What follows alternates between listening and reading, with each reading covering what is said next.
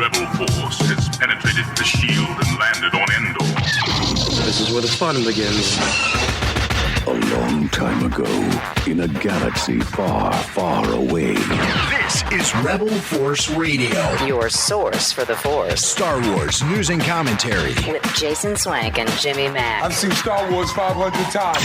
Star Wars #1! This station is now the ultimate power in the universe. I suggest we use it. Now it's time for Rebel Force Radio. We would be honored if you would join us.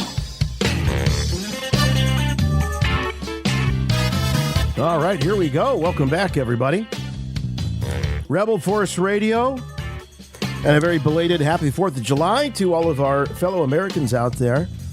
Big 250th. Hope you had a fantastic holiday. We took a little time off here at RFR. We got the 250th anniversary of America this year. We've got the 50th anniversary of Star Wars next year. It just doesn't get any better. So it's great to be back with everybody this week here on Rebel Force Radio. We got to catch up on a few things, like George Lucas in that Minions movie. You know, that's very important. We can't let that go.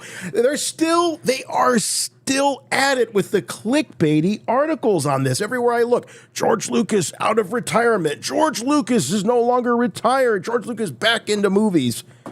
And it's just like, guys, we know now. I mean, it's been a week or so since the movie's come out. I mean, the cat's out of the bag.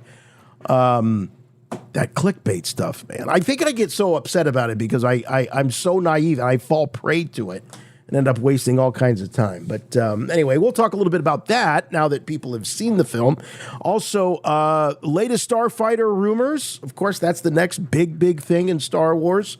But there's some other things that will be popping up before we see Starfighter, but we've got some Starfighter rumors. Amy Adams, the beautiful Amy Adams, we got some interview highlights to share from her. And also, speaking of highlights, we've got highlights from the Saga Vault, the YouTube series that we had Steve Sansweet on the last time we were all together, and Steve was talking about this fantastic YouTube series that our own Jimmy Mack appears on. So we're going to check out some highlights of that and so much more if there's time here on Rebel Force Radio. And by Rebel Force Radio, I mean me.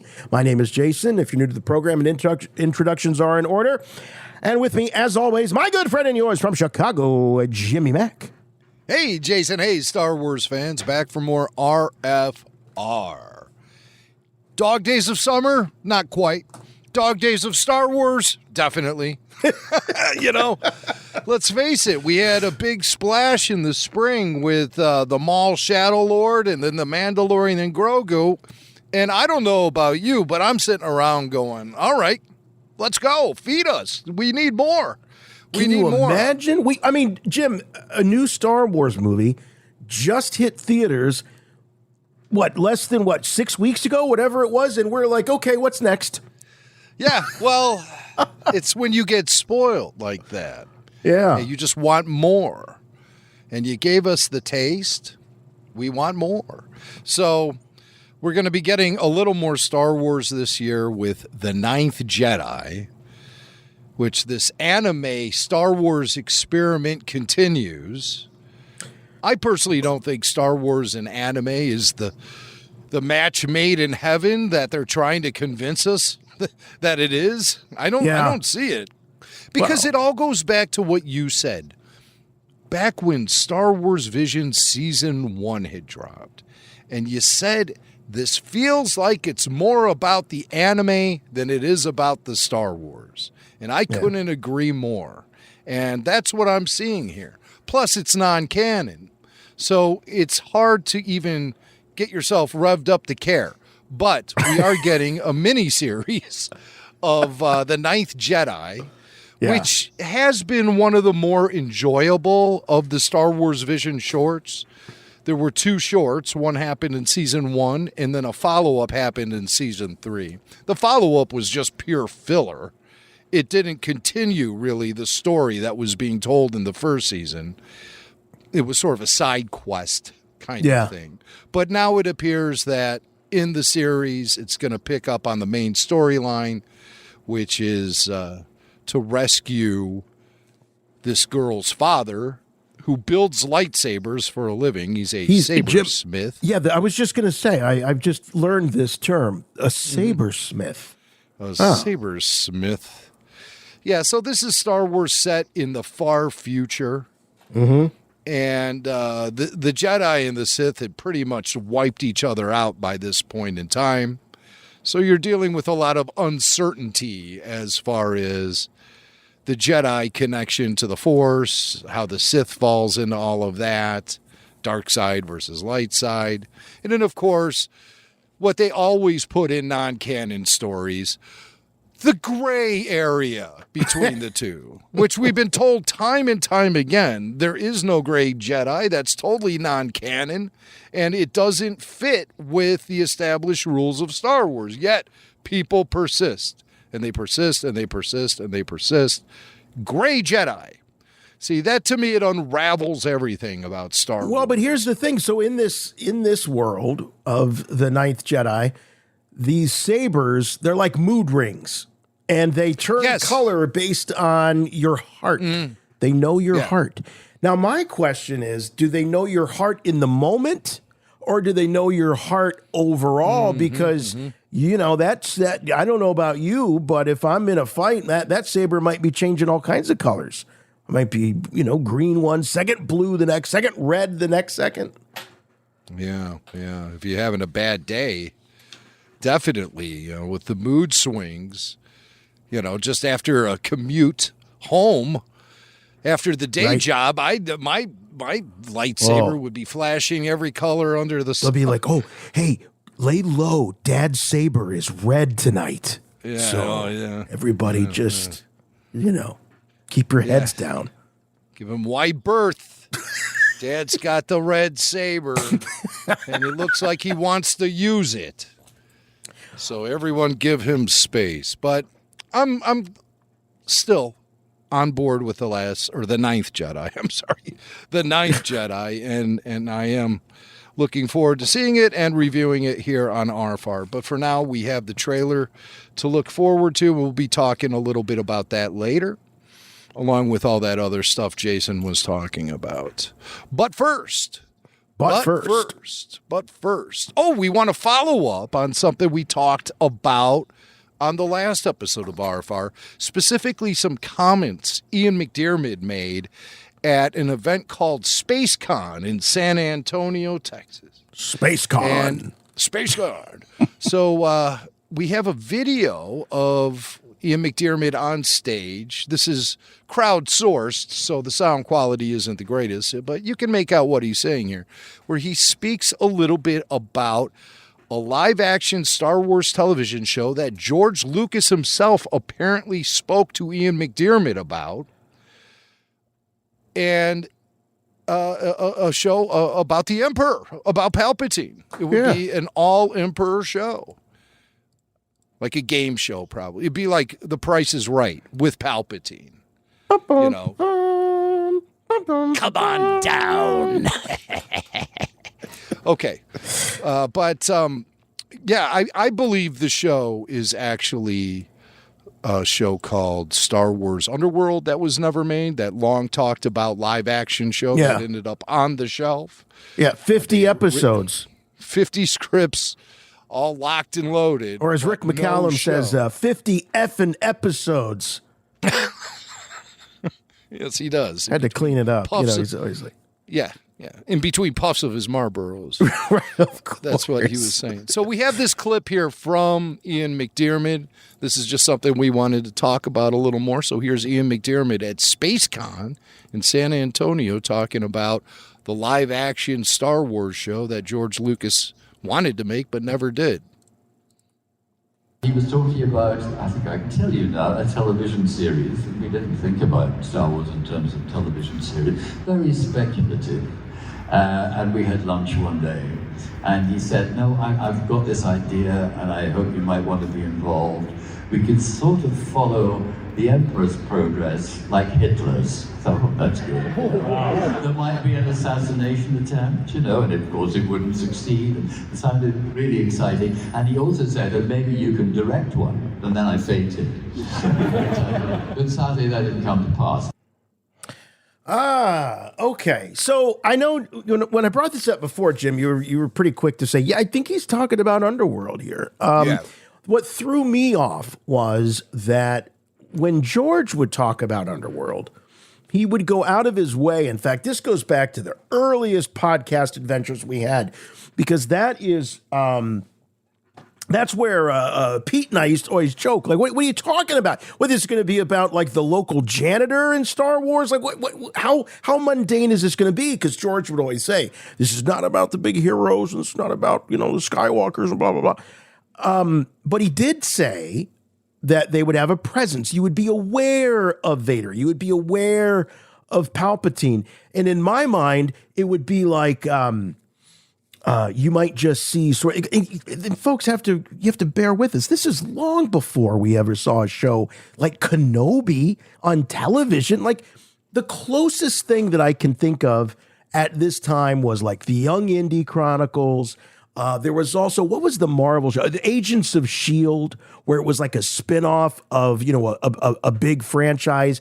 But the characters you saw on that show were relatively, were minor characters. So I thought the best we might see would be like the wisp of Vader's cape, as he, moved on. And then you'd have this long conversation between Imperial officers that were maybe main characters of the show or something like that. Never in my wildest dreams did I think that we would actually have episodes focusing on Vader, focusing on Palpatine. But as we learn more about this series, that might actually be exactly what it was going to be. Well, maybe not necessarily focusing on Vader, but I could see Palpatine being a target, something to tell a story about, maybe just one episode.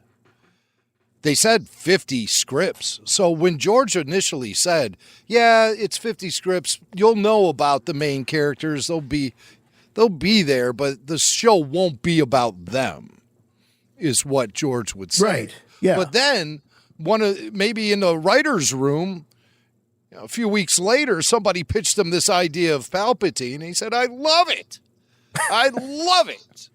Well, we know from our own conversations with Dave Filoni over the many years that George, despite having a stubborn streak, we all are stubborn, but he's also very collaborative with storytelling and working on things. I mean, if you remember, when Dave first entered into the Clone Wars, it was not going to be about those characters. It was not going to be Yoda and Obi-Wan and Anakin. Yeah, they were going to be there, but on the periphery, it was going to be about, more or less the clones and other characters. And I think it really was guys like Dave Filoni that really, really pushed George as well as they could to be like, this is who people want to see. They want to tune in and see these iconic characters. And over time, I think George got more and more comfortable with it. And then, my gosh, the characters, you got to see Boba Fett. You just got to see all these different characters show up in the Clone Wars. So I think George got a lot more comfortable delving into the pool of those iconic characters. Oh, yeah, without question. Yeah, the Mandalorians was the big one. We were pushing for that. I remember talking to Filoni in those early days. Mandalorians. George doesn't want to do them. Season 2, Mandalorians. It's like, well, what happened there? I think George was listening to RFR is what I think. That's what I used to I used to convince myself of that. So, well, George heard us talking about it and realized it's not a bad idea. Mac wants good hair and clothing flapping in the breeze. Get on that, Filoni. So there is some information I do have about the Star Wars Underworld show, and specifically Palpatine. And this goes back to 2016, okay? Okay. There was a new video game released called God of War, all right? Okay. Now, what does that have to do with Star Wars? Well, the creative director of God of War is a guy named Cory Barlog, and he used to work in some capacity at Lucasfilm, maybe at LucasArts, working on the video games, who knows? But in an interview, which oddly you can't find online anymore, with a website called VentureBeat.com, I was able to find this via the Wayback Machine website. And they have this interview with this creative director, Cory Barlog, the guy who was really the head of the God of War video game, which I don't know anything about. But back in 2016, it was a big deal. So in this interview, Cory reveals this. He says, when I was working at Lucas, I was allowed to go up to the ranch and read scripts for the canceled live-action Star Wars TV show. It was the most mind-blowing thing I'd ever experienced. I cared about the Emperor. They made the Emperor a sympathetic figure who was wronged by this effing heartless woman. These are Cory's quotes. Oh. She's this hardcore gangster. And was her name Marcia? Because we know that George. Yeah. Oh, it's Melody. It's a little joke. So he says they made the Emperor a sympathetic figure who was wronged by this effing heartless woman. She's this hardcore gangster, and she just totally destroyed him as a person. Oh my God! I almost cried while reading this. This is the Emperor, the lightning out of the fingers Emperor. That's something magical. The writers who worked on that, guys from The Shield and 24, these were excellent writers. So that's what Cory Barlog, apparently he told Games Beat, whatever Games Beat is. I guess that's part of the Venture Beat website or whatever. So he beat it all right. Cory Barlog having all kinds of sympathy for Palpatine. You know, when I read quotes like that, and I remember who was the fella from, was it the Battlestar Galactica guy that was working on the show? Yeah, Ronald D. Moore. Yeah, Ronald D. Moore, right. And he had some pretty mind-blowing experiences and things that he said about the series over the years. I mean, it sounds like someone needs, like Disney, needs to offer George a little money and say, hey, can we buy these scripts from you? And let's just do this frickin' show. Yeah, well, anything that George worked on, they don't want to deal with. They want to forge ahead with Star Wars. That was the old Disney, though. I mean, this is a new world. Oh, yeah, right. This is the new Filoni. Joshua Shipman, is that his name? The new CEO? Was it Shipman? I thought his name was Josh Damaro. Joshua Shipman. I don't know. Joshua Shipman. It's probably someone you work with or something. Probably. Josh Damaro. Yeah. Oh, Josh Damaro. Anyway, yeah, so it's a new day. In fact, people are saying, Jim, with Starfighter, which we'll be talking about in a little bit, that Starfighter is really like the official exit of Kathleen Kennedy. It's Kathleen Kennedy's last Star Wars project. So, there's just, I guess all that is to say that if people are frustrated or they think that things aren't moving quickly enough in a different direction, if you're dissatisfied, you got to give this stuff time. The pipeline takes years and years and years to, it's like a big steamship. You turn the wheel, but you don't know that it's turning for a while afterwards.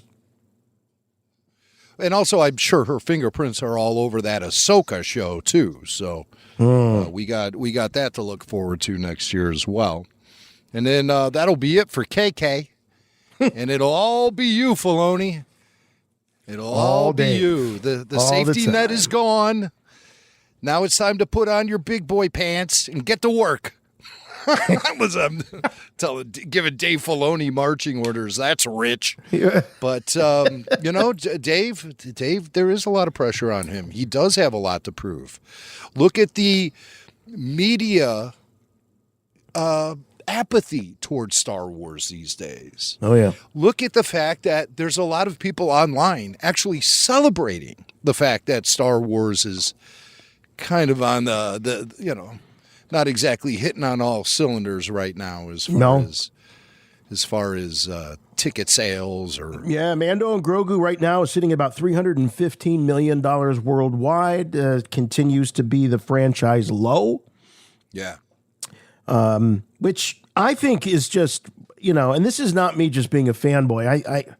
I just think that that's lower than it should be, relative to how good I think the movie is, and what a great time it is, what a great family outing it is.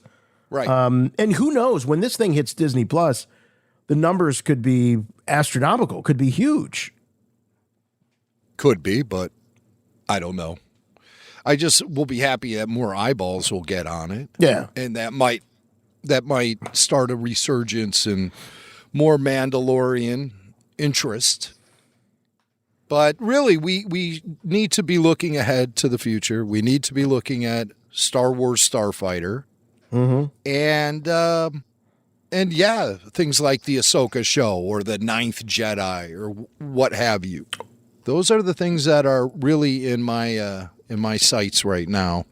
And here's how it all lays out. Back. Just at this point. So we already had Mando, Grogu, in May, August 5th, and we're going to talk about it a little bit more. We've got Visions Presents the Ninth Jedi.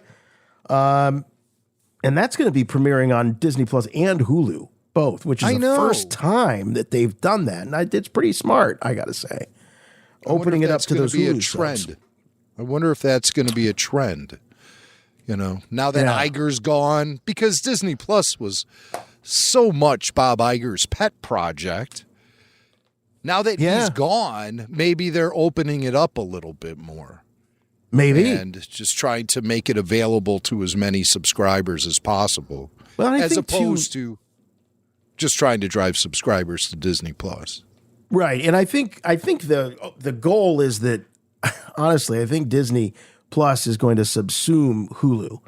And Hulu may not be long for this world. I think that it's going to just become, because now it's like Disney Plus, Hulu, ESPN, and I think Hulu's going to go away. I know as a Hulu subscriber, because that's how I get my cable, that I think I'm on borrowed time. They're going to be moving me over to like one of these other apps for my live TV. So Hulu Live is going to go away. So that's the Ninth Jedi, and then in September. We've got that Star Wars in Motion. That's the thing happening over at the Lucas Museum. And then we've got kind of a drought until the official year, the official 50th anniversary year in February, the re-release of Star Wars Episode 4. Also, we're going to be talking about this in a little bit, the big Star Wars The Experience, new exhibit coming to museums across the country. That's February. And then May, so we talked about Starfighter, May 28th, 2027. And then sometime after that, Ahsoka Season 2 and Maul Season 2. You think they're going to be able to squeeze like maybe that Maul or Ahsoka prior to Starfighter, or no?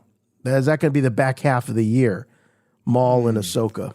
The Maul show. No, I think Ahsoka is going to happen early in 2027. Okay. I'm predicting first late year? Winter, springtime. Sometime. Okay. Yeah. So I wouldn't be surprised maybe to see a March drop. Okay. They need something. Yeah, they need something in February, March for sure. Well, in February, you have the original Star Wars hitting IMAX screens. Oh, right. Okay. So I think that's going to do extremely well. There's going to be a lot of attention on that, plus this new exhibition. But then you've got few months before Starfighter. That'd be a great time. Yeah, March would be a great time to get that Ahsoka Season 2 in there to keep the momentum going.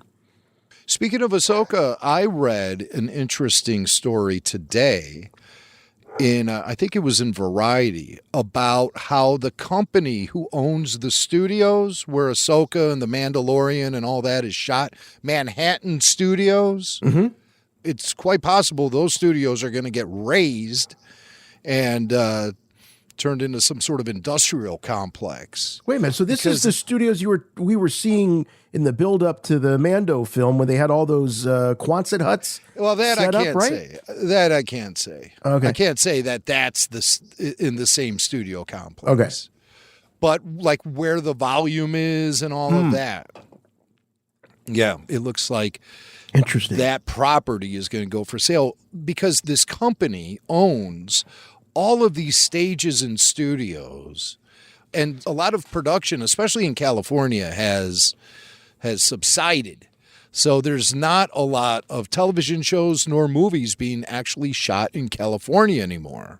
Mm-hmm. And so this company, they also own Television City on Fairfax there, where CBS used to be for all those decades. They're gone.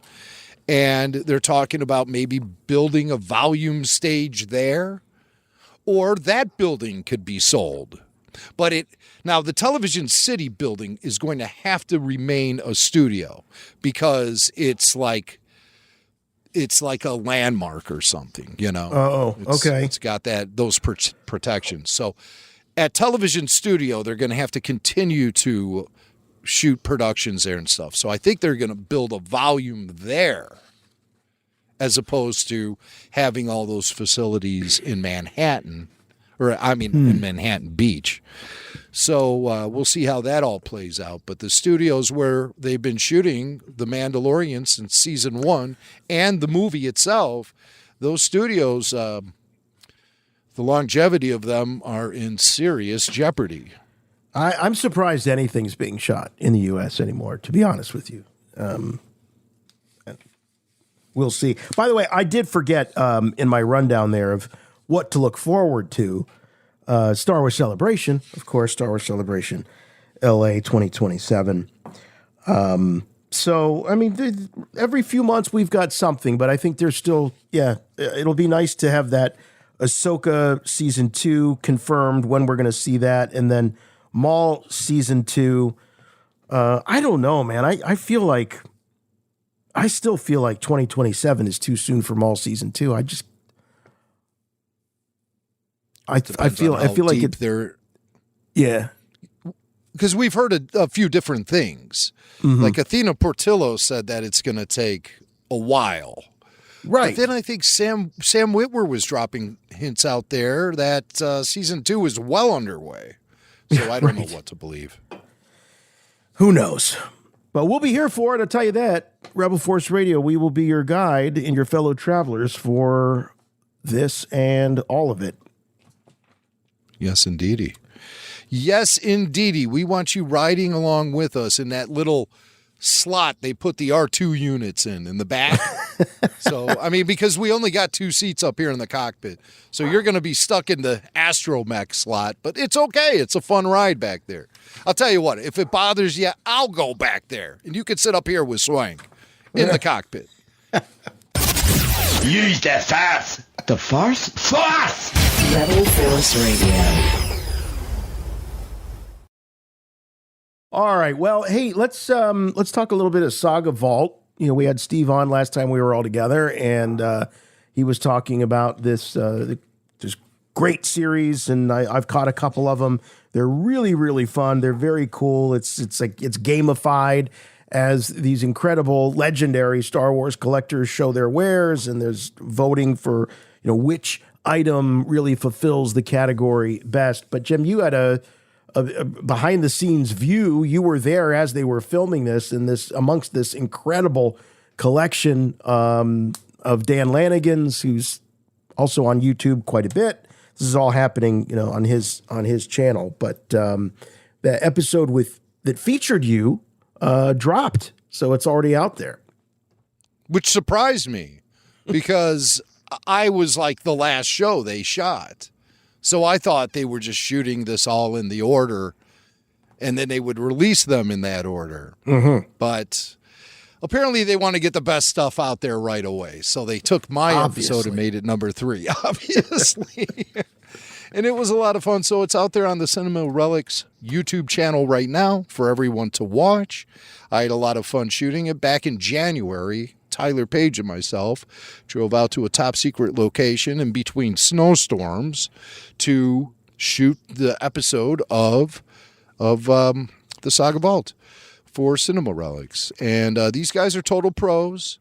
They did a show for Disney Plus called, what do they call that show, Jason? Prop.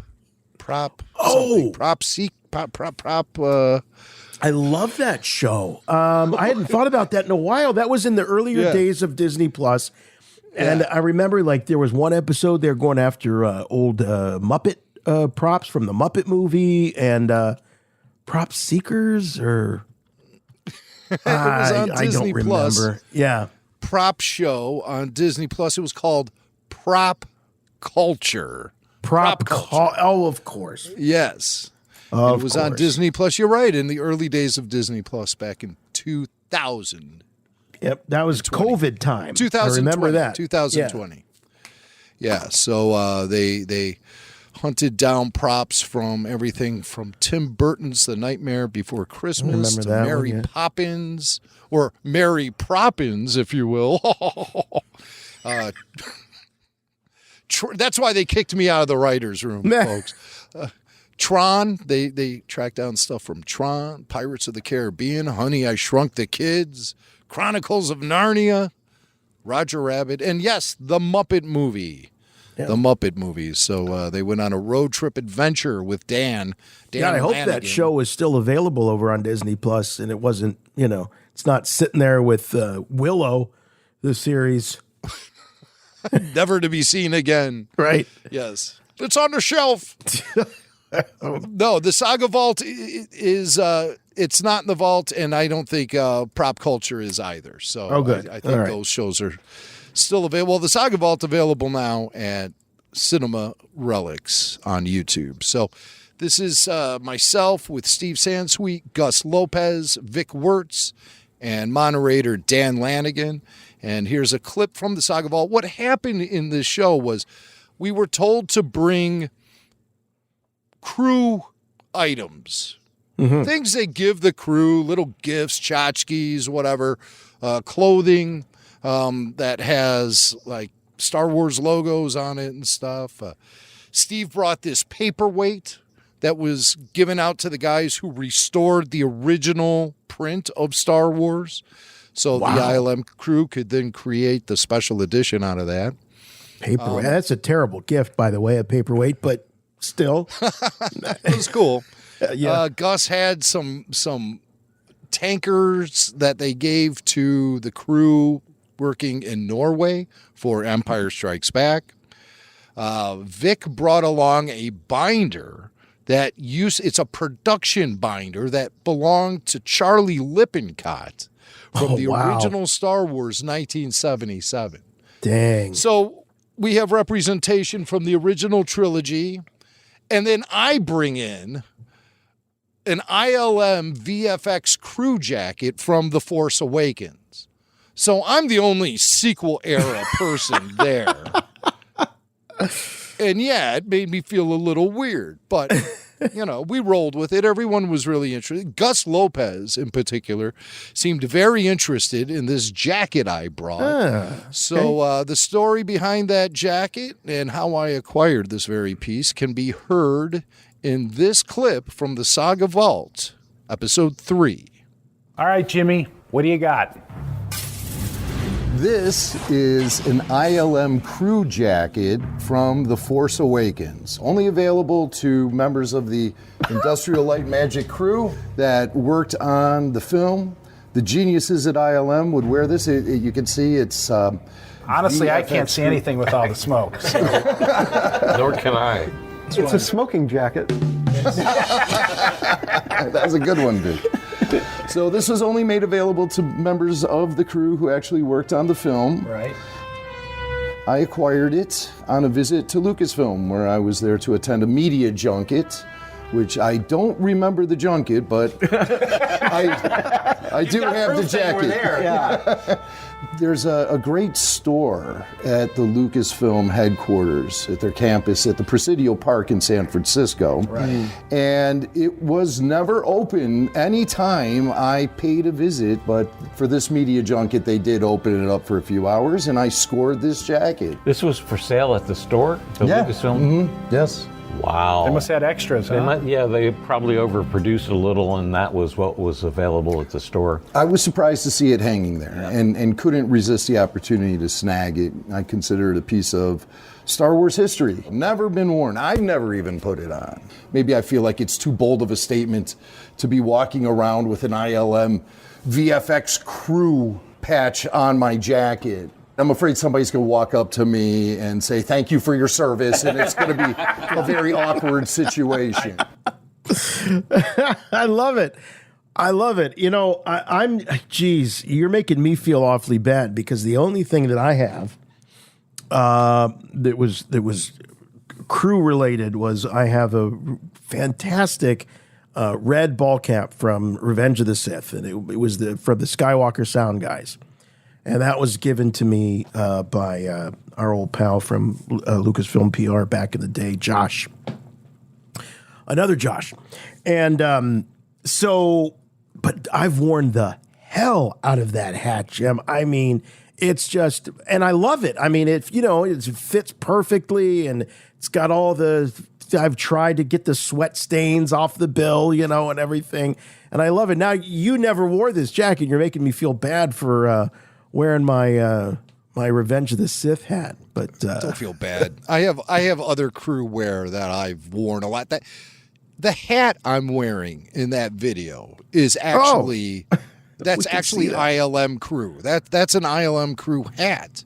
Sorry, that's not a flattering still, but we'll just look at the hat at least. Okay. Yeah. There we go. There's the hat. It's the Ralph McQuarrie Star Wars logo, the original one. And it just says 7 next to it. And on the back, it says ILM VFX crew.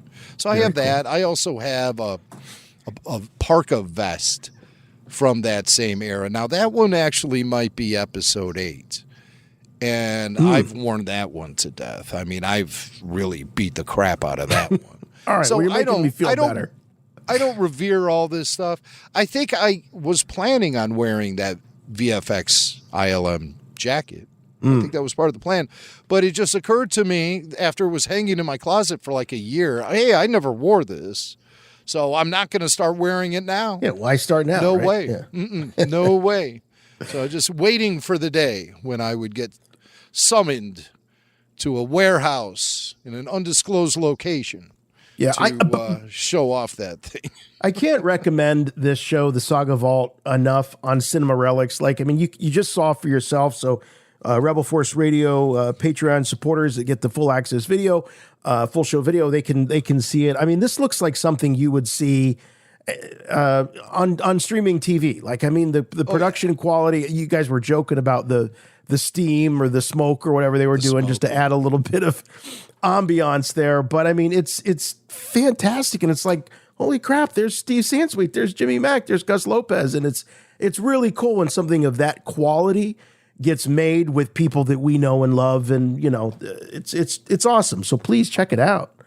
Well, Dan Lanigan and the Cinema Relics crew, those guys are total pros. They know what they're doing, and they have the skill and the facility to make it all happen. So I really loved my visit there. I was very geeked out by the whole thing.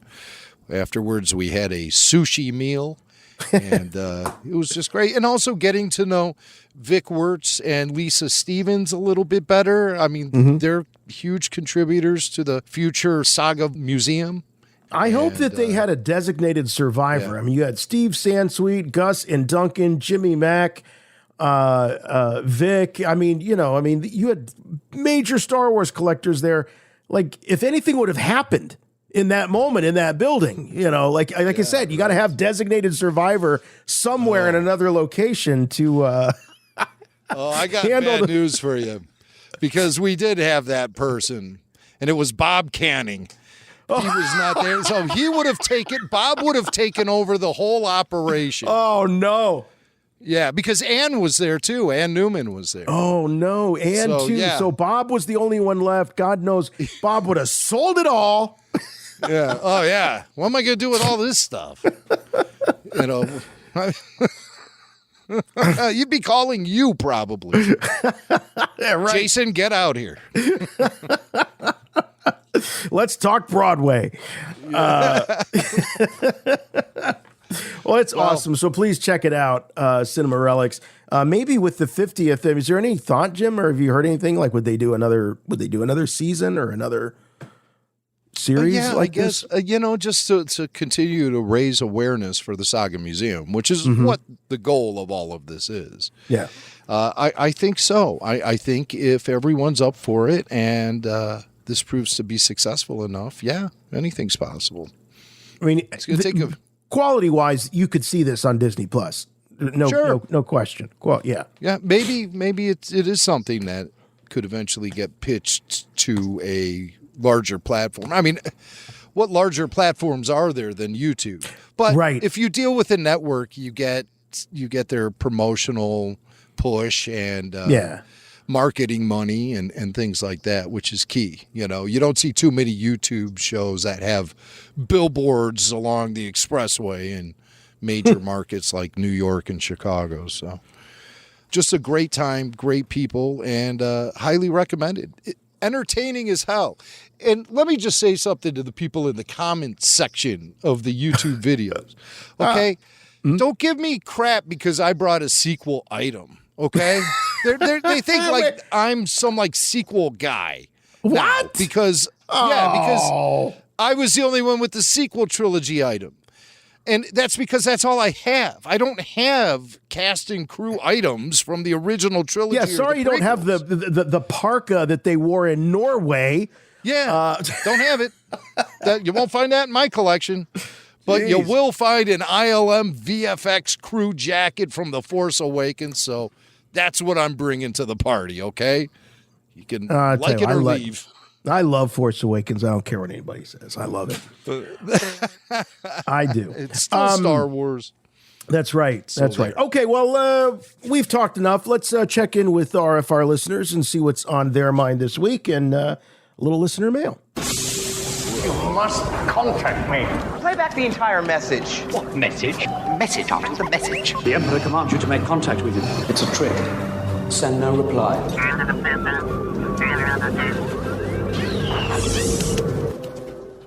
I was listening to your discussion about how to pull off the Vader project you guys were talking about. It kind of hit me. Lucasfilm kind of already set up a good storyline I think they could use with the Obi-Wan series that really didn't really scratch the surface very much of the actual premise, but it's the path. Whenever the original trilogy comes around, we don't hear much about the path. So what kind of happened with it? Well, imagine a high-stakes, gritty thriller series where Vader is the spearhead of the whole series, and he's hunting down and dismantling this underground railroad for these surviving Jedis. So basically, on one side, you get a full-on, terrifying, apex predator Vader that we all love, pushing the Empire's resources to the limit. On the other side, you get to explore the desperation, the underground network of citizens that are trying to hide the Jedi, trying to keep the light side alive. It kind of gives Vader a massive galaxy-spanning mission without needing a rematch with Obi-Wan or disrupting any of that original trilogy canon. And in fact, it could be really cool to see him maybe go against Quinlan Vos or something like that. I don't know. What do you guys think? Could the Path carry a Vader series? Oh, yeah, I definitely think so. Also, I love Apex Predator Vader. That was a good term. Yeah, the Path. I think that is that's something that I feel is a pretty cool and interesting and relatable. You know, we have sort of a connection to something similar in our own history, like the Underground Railroad. Also, during the Great Depression, there was sort of a subculture of, sorry, this is not the politically correct term, but hobos, street people, homeless, that would make these little marks on fences and on porches of houses that would be amenable to giving out food and charity to people who were unhoused and all of that. So we have these real world touch points with something similar. I think it'd be great having Vader sort of chasing it down and trying to dismantle it. I love it, Jim. I love it. And I agree with our caller here, Carl, that it doesn't undermine anything that we've seen that we see in the future of Star Wars canonically. And it doesn't rely on a rematch with Obi-Wan or anything like that. Also, as he says, sets up maybe a duel with somebody like a Quinlan Vos or, one of these great legends. I know Quinlan has been given canonical status, but really made his bones in Legends. But it might be a great opportunity to dust one of those characters off and give Vader a new Jedi foe, so it's not always about the same guy. You know who I'm talking about. That guy. Well, I'm glad you played a clip of Darth Maul, because I'm gonna play devil's advocate here. Obviously, you bring up good points. I'm gonna present a counterpoint. All right.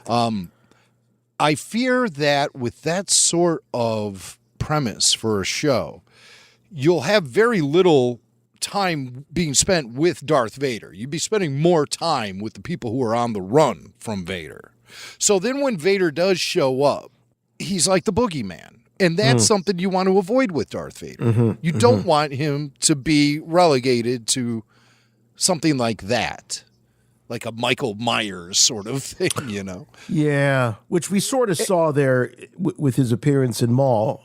In Maul, exactly. Yeah. Which is why I said I'm glad you played Maul, because that sort of proves my point. I mean, we would be seeing that week after week.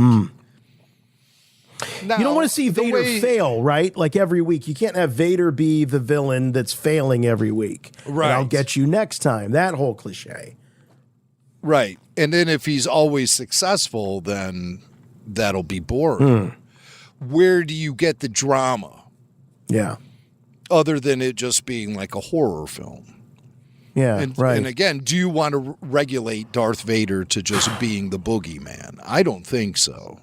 I think you'll be doing a huge disservice to the character in that way.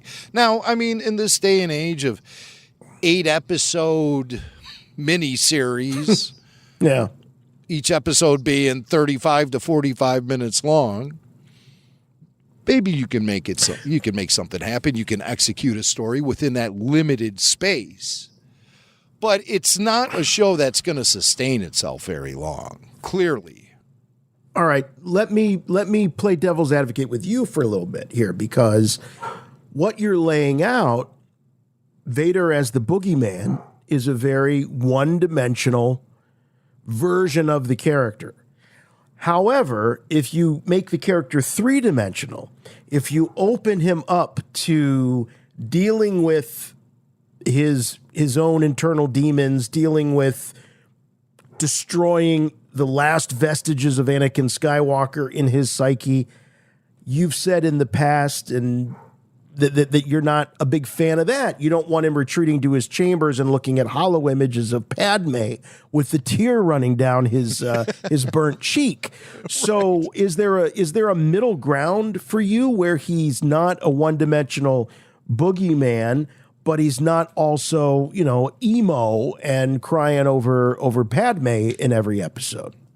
Well, I think I would like to see Vader and Palpatine together delving deep into the dark side of the Force and actually being presented with some like terrifying visions that Vader has, or he and Palpatine trying to unlock the secrets of immortality, things that really focus on the dark side of the Force. Boy, we never see and then that.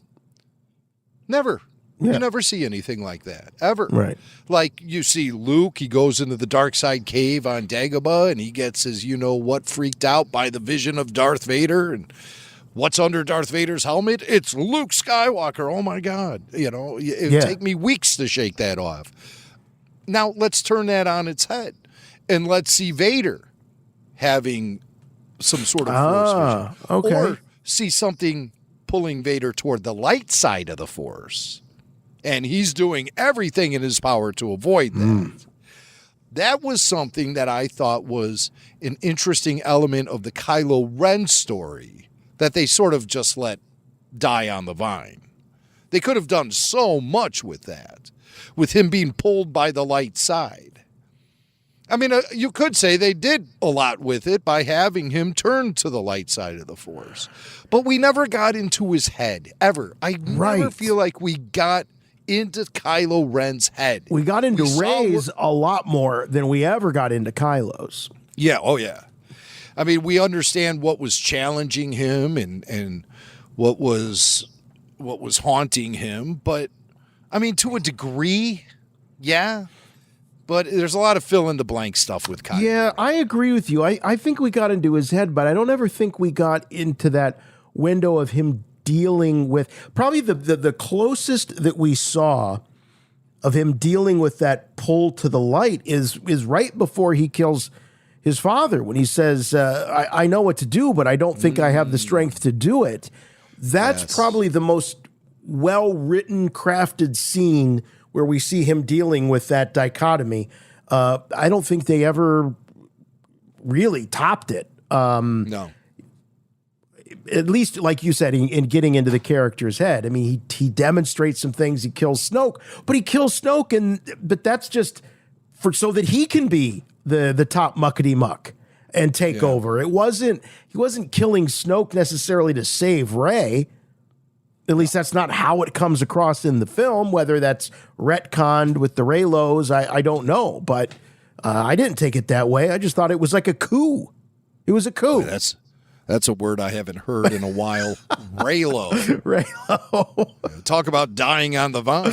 Right. The whole Reylo movement just came screeching to a halt with the release of Rise of Skywalker, and I think it was that kiss at the very end of the movie between Rey and Kylo that did it. I think that was the official end of Reylo forever. Well, the character dying, so there was no, no future for that relationship. Well, there's trying. They want that hunt for Ben Solo, so you never know if that idea might get retooled. Maybe not with Steven Soderbergh necessarily, but who knows? Yeah, you never know. Yeah. But so you would be open to perhaps a Vader that's conflicted still in some ways. Yeah, I mean, I would be. Mm-hmm. I would be, I mean, he just can't help it. Like, there's just something there that's pulling him to the light side, and it's like irresistible to him. He can't help it, but he doesn't want to. Right? He doesn't open himself up to it. Like with Luke, he opens himself up to it. Mm-hmm. But like just to see him resisting that, it's kind of like taking the snake with the apple and flipping it on its head a little bit.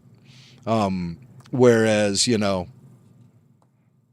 he's just being presented with kindness and love and, things like that. And he's like, no! He's freaking out because somebody's being nice to him or something. That's a half-baked idea. I agree. But you guys understand what I'm saying when I would like to see that kind of challenge being presented to Vader. And then also as a B-plot, you could have him carrying out Order 66, shutting down the path or whatever, however you want to do it. It would make it so you'd have more opportunity to spend with Vader if he's being challenged by the light side, if he's delving into the dark side, dealing with Palpatine, dealing with the idiot Imperial officers he has to work with, hunting down Jedi. I think you can make a show out of that and avoid having Vader be the boogeyman.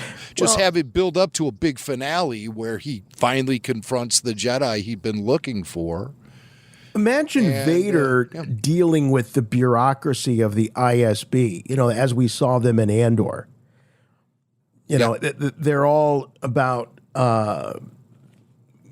detail and surgical and clandestine and all of that because they're spies essentially. And Vader just has no time or patience for that. He just comes in swinging the lightsaber and choking people out. I think that would be a really interesting, to see them both kind of in action and how Vader would live in their world and operate in their world and how they would sort of operate in his world. So I think the whole point of this is that there's a lot of meat on the bone of looking, if they want to do a series about Vader, but open it up to Palpatine, open it up to the Imperial bureaucracy. Let's see what that relationship really is between Vader and a Tarkin and things like that. I think that would be really, really, really cool. Especially, as we talk about how the Acolyte was, the whole idea of the Acolyte was we're going to be groundbreaking and show it from the villain's perspective, kind of. But if you want to show something from the villain's perspective, it would be really cool to show it from a villain that we can all, relate to some degree, and we recognize. So absolutely. I love that idea. I like the idea of Palpatine sitting over that big cauldron, trying to find ways to cheat death. I've always had that mental image in my mind. Prior to the prequels being released, I thought we would have a scene like that. Cauldron, Palpatine. Yeah. Eye of a newt. Things like that. Yeah. Toe of a bantha. So there's still possibilities we'll be able to see that. Right. It's all teed up in Revenge of the Sith. It's all teed up when you have that conversation between Palpatine and Anakin. Mm-hmm. Only one has been able to achieve the ability to cheat death and all of that stuff. I just hate to leave it sitting there, Let's see these guys do their research. Because I'm sure the research itself presents all these cool challenges and things. So get that cauldron warmed up and let's go. Let's have a Vader series. Why not? Let's do it. All right, let's take a minute to catch up with everything that's going on over on RFR's Patreon. Rebel Force Radio Patreon is the place to be if you need more RFR in your life. And Jim, even though we were off a bit for the fourth holiday, I'm sure things did not slow down that much over on Patreon. It never does. It's Star Wars 24/7 at RFR on Patreon. Patreon.com is the place you want to go. And we kicked off July with a fresh episode of RFR RPG. This is RFR RPG number 33, Dogfight with the Dong. That's right, I said the Dong. There's a starship in our RPG that's called the Dong, okay? I didn't name it. At least I don't think I did. Maybe I did. But our RPG sessions are getting more nerdy, dirty, and tasteless thanks to the presence of Baby Belushi. It just seems like the lid has been blown off the roof of the RPG game house, and it's just become madness over there. So this is RFR After Dark, if there ever was any, and RFR RPG number 33 is it's hilarious, if I do say so myself. What's happening is our Heroes podcast is Grando the Grand. They're desperately traveling through deep space in an attempt to return to the wheel with the tech that they were sent to retrieve. But before they can get close, they come under attack by vicious pirates on a quest for revenge. And revenge and a lot of laughs. So it's all happening at RFR on Patreon. That's RFR RPG number 33. And we're cross-posting everything we post on YouTube. You can find it all on our Patreon page as well. Also, you'll find RFR Q&A number 302, Memorable Moments from RFR History. Scott St. Louis, RFR VIP Scott St. Louis returns to the Q&A, and he's got a list of notable moments from Rebel Force Radio history. And so he asked me questions about what went on behind the scenes, everything from interviewing Star Wars legends to memorable previous Q&A discussions from the past, and talk about RFR in Cleveland, The Mandalorian and Grogu, so much more. That's RFR Q&A number 302 with Scott St. Louis from the Barf. Scott St. Louis from the Barf. And then there was another RFR Q&A number 303, The Student Films of George Lucas. And man, oh man, was this an entertaining conversation I had with RFR VIP Peter Beiser. Peter returned to the Q&A, and he was on a mission. The mission was to walk us through each of George's impressive short movies he created during his college years. And we talk about everything from Herbie to Freiheit to Look at Life. And, of course, THX 1138 4EB. Yeah, we leave no stone unturned. And did you know George Lucas made a student film called The Emperor when he was in college? We talk about that. And no, it's not Palpatine. Disappointed to find out, But some of these films I had seen before and some I'd never seen before. I liked it. Mac, I love that you're looking for the Star Wars character cameos to show up in George's student films. Love that. Yeah, right. Yeah, I think I'd see, hey, there's R2 back there. Now it's a garbage can. Oh, well, that garbage can must have inspired George. There's this one short film he did, which is... it's a bunch of numbers. It's called 14208. And it's about this Lotus that's running on a road course, and George just shoots video of it. It's basically George learning how to use this equipment. Is basically the end result are these student films. And he was very innovative. He pushed the envelope on a lot of this stuff. He broke the rules for just about every assignment he was given. And it all just came together into this great little collection of really impressive short movies that launched one of the most important careers in filmmaking history. And we break them all down on RFR Q&A number 303, the student films of George Lucas. Plus, there's a video counterpart if you have RFR All Access on Patreon, so you can actually watch the movies along with us, listen to our conversation. Then you can always jump into the comment section under each post and keep the conversation going there. That's what I like to encourage the most. Is for our RFR VIP supporters and all Patreon supporters to get busy in that comments section under each post, because everybody wants to hear from you. That's what it's all about. I want everyone to have a voice. That's why we do the RFR Q&As, and that's why we have such a great community at Rebel Force Radio on Patreon. So join the party. It's a Star Wars party. Patreon.com/Rebel Force Radio is the place you want to go. And you can even join for free if you just want to check it out and take a look at what the page is and what Patreon is. You might not be familiar with Patreon itself, but it's super easy to use. It's a lot of fun to use, actually. And via patreon.com/Rebel Force Radio, you'll be able to join a great community of the best Star Wars fans you'll find anywhere in this galaxy. That's patreon.com/Rebel Force Radio. Something dark side.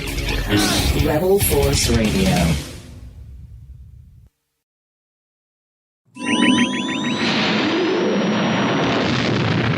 I have good news for you, my lord. That's good news. Come closer, I have good news.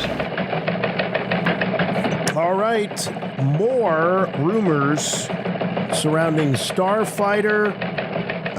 Jim, there's a lot, and it's hard to keep up with it all. I know that you've been keeping track of these things, and we kind of run them through the RFR sniff test, and we kind of... it's our gut check to see if these things have validity or not, but they're always fun to go through. So what's the latest with Starfighter? We've got maybe some character leaks, we've got some names. I've heard a lot of things over the last week or so. That's right. So I've been scrubbing the internet, and I put together a list here of the latest rumors from Star Wars Starfighter, starting with Ryan Gosling's character's name. Apparently, Ryan's character. Or are we supposed to do spoiler alert? Oh, should we do I always that? wait to get. I usually get halfway into the first thing, and then I was like, oh right. yeah, maybe we should. Spoiler alert! Spoiler alert! Spoiler alert! Ryan Gosling's character is named Cade. C-A-D-E. Heard that before. Yeah, we have heard that before. Yeah. Cade Skywalker, Now, Dark Horse Comics. there you go. Star Wars Legacy. It was a line of 50 comics that was released by Dark Horse. Gosh, I want to say around the 2009, 2010. Somewhere in there. Yeah, somewhere in there. I read almost every issue. I don't get any credit for that. Jeez. Because everybody's like, Swank doesn't read the comics or the books. Yeah, almost 20 some years ago, I read those comics. I actually enjoyed it very much. That was when they were making action figures of those characters and stuff. It was awesome. I have a ton of action figures from Star Wars Legacy. A ton of them. Way more than I have for The Mandalorian and Grogu and The Rise of Skywalker combined. Wow. And this is a comic book line that lasted 50 issues back in the day.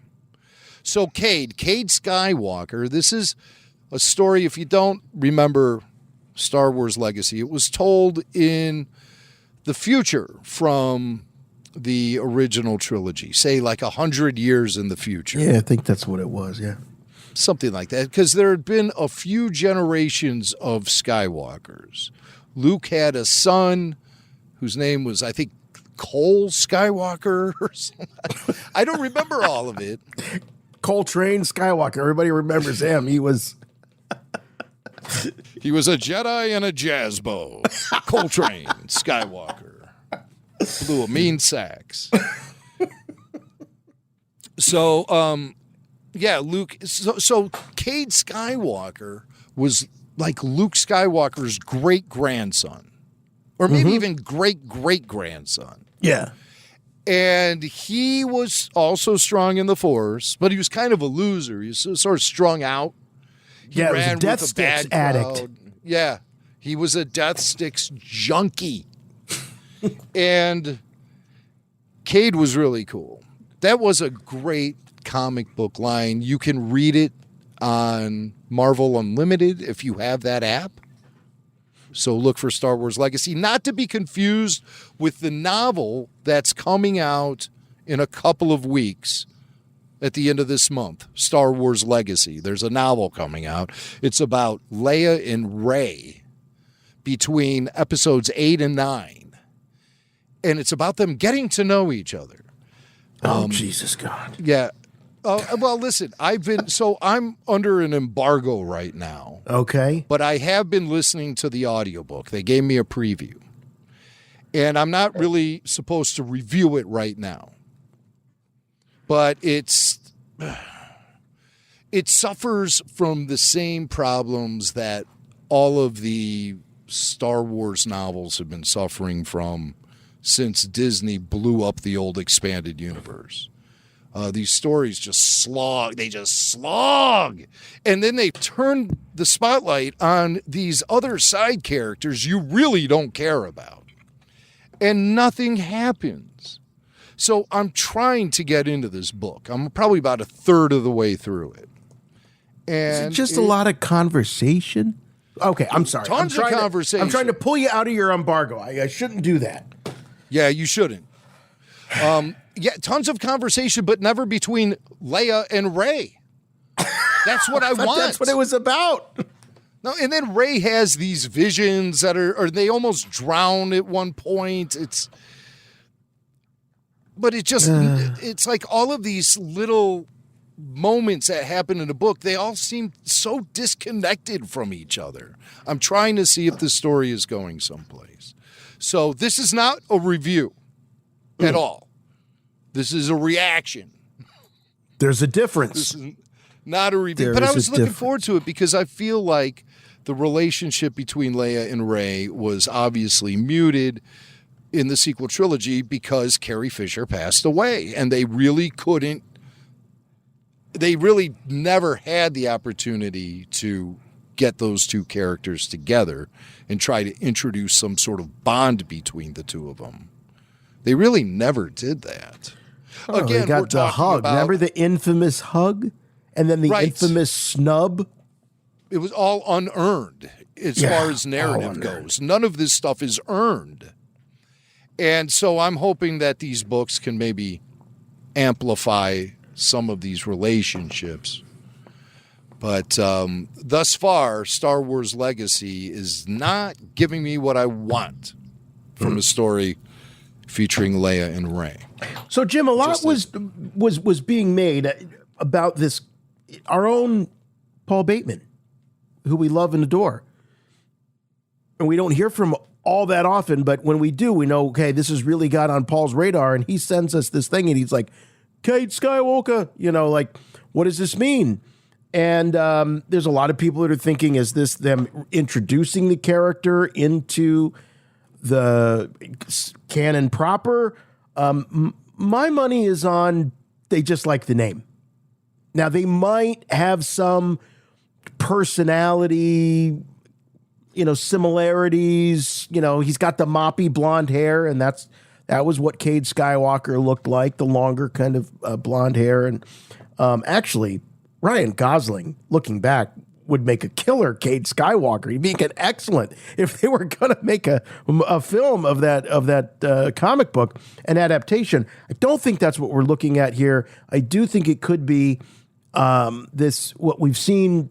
We saw George do it with characters like Ayla Secura, and Filoni did it all through the Clone Wars, where he would just go to the toy box and grab a cool character or a name or a something and put it in his vision, his thing. So I think that's probably what we're looking at here. A cool name, maybe some personality similarities, but I don't think we're looking at a Skywalker. Yeah, I mean, my God, what would the implications of that be? It would be huge. Suddenly introduce a Skywalker, a new Skywalker? That means Luke. How did Luke... it just doesn't add up. So yeah, the implications of that would be tremendous. I don't think it's Cade. We immediately heard from people poo-pooing that idea. People supposedly in the know. Allegedly. Mm-hmm. The know. Definitely in the know. It's fun to think about. So that's Cade, Ryan Gosling. And apparently he wears a necklace of some importance. Oh, something I want to mention real quick, going back to the name. Do you remember when the rumors first started coming out about Force Awakens, and I believe it was both Finn and Rey, they had different names. Wasn't Rey's name Kara? If I remember right? Kira. Yeah, her name was Kira. So it's not out of the realm of possibility that Cade could have been a placeholder name or a name that was maybe in an older script, but may not be the actual name of the character once the film comes out. We'll see. And so they say Cade will be wearing a necklace of some importance. So that's a thing that they've been doing a lot in Star Wars comic books and in novels, where they're on a quest to retrieve items. They're always on the lookout for items that are somehow infused with the Force, or they're Force relics. There was even a helmet that was possessed by the Dark Lord named Momin, whoever that is. So these quests, the necklace of some importance, it's like kyber crystals, things of that nature. It's always something that they're on a quest for. I don't know if that's how this will, it could just be something that was like a charm his ex-wife gave him or something, and now she's dead. I don't know. And they say that Ryan Gosling, a.k.a. Cade, maybe. Allegedly Cade. They say he's sort of like Han Solo-esque when you think in the history of Star Wars archetypes, it would be Han Solo where you'd be looking for some character inspiration. And Cade is or was best friends with Flynn Gray's father. So maybe they served together as pilots. So that's the connection between Cade. Because I thought that the connection was that it was potentially his sister's kid and that Cade's the uncle. Or is that still in play? Sister. Yeah. That one, I don't know if that one's still in play. But uncle. So he may serve as like an uncle type of role. But the relationship is between Gosling and the father of Flynn Gray, not the mother of Flynn Gray. Maybe according to these rumors. Yes. Again, all rumors. All rumors. So Flynn Gray, his character is named either Roan or Ronan. Ronan? Yeah, so I mean... So we don't even know the name of the character of one of the main characters in this film. It's just everything's being sort of overheard. This is a game of telephone, maybe. I don't know. Yeah. He said Roan or Ronan or... You're right. And wait a minute. Who wears the necklace of importance? Is that Cade or is that... That's Cade. That's Cade. Okay. Ryan Gosling. Ryan Gosling. Mm-hmm. Amy Adams plays Flynn's mother. That's something we had heard before. Yes.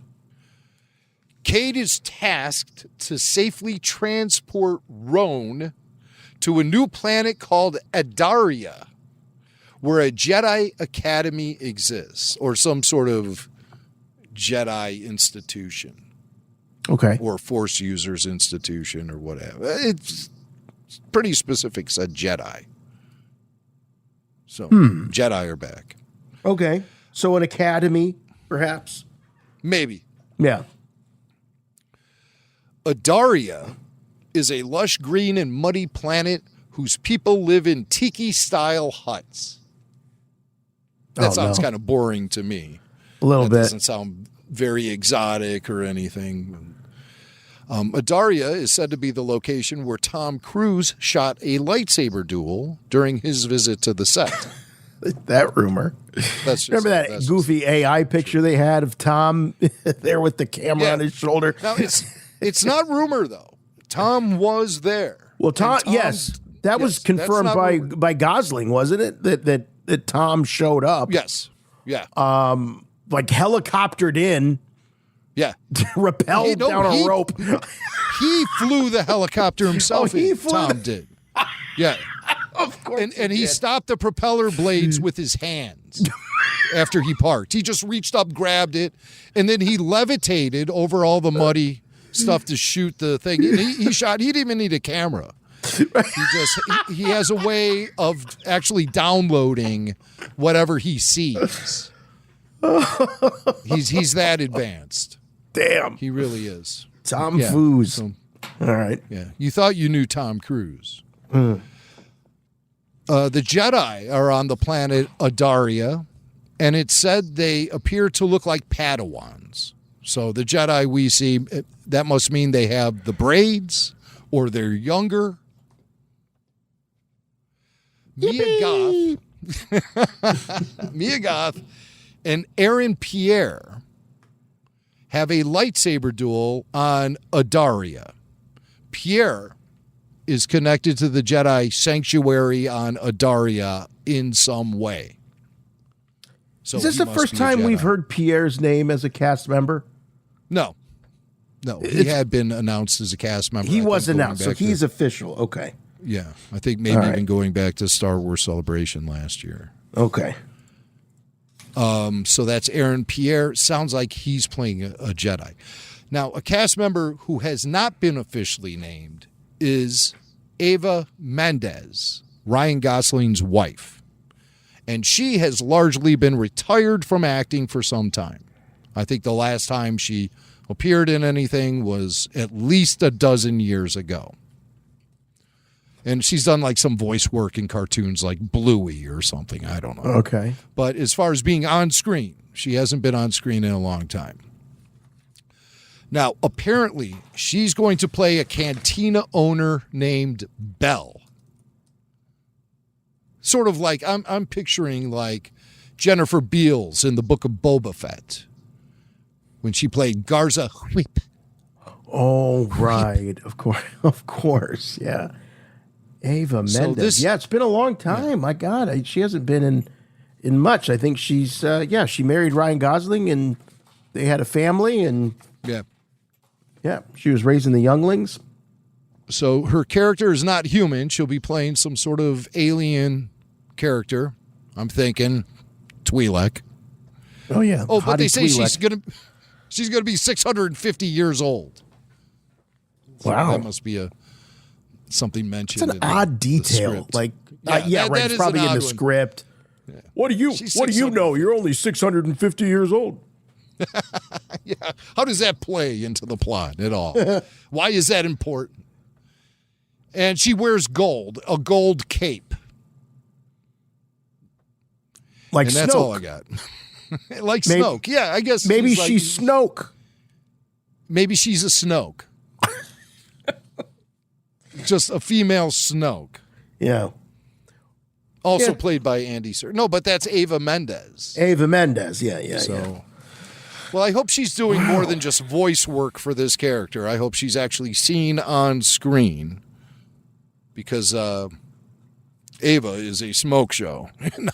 I've missed her, quite honestly, and I think she's a good actor too. Definitely. Yeah. I don't mean to just say she's just a babe, but she is a babe. She's a babe. She'll fit right in Star Wars as a cantina owner. So that's it. That's all we have. We do know, by the way, Starfighter. this is official that the very first footage was shown over at what was that, Cine Europe at the end of June. Right. So, and then we had Matt Smith. We had the clip from him. He said that he was on his way to see a rough cut. Was that, last week? So, this is definitely, in advanced stages. And Mac, you and I speculated that with D23 coming up in August, that may very well be where we will see the first footage of this film. I don't think that we're going to see it. I don't think we're going to see it at SDCC.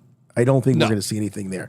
I think SDCC is going to be all about the Star Wars exhibition, which we're going to talk about in a moment, and maybe there might be some stuff going on there with respect to the re-release of A New Hope in February. The IMAX might see some of that, but yeah, possibly.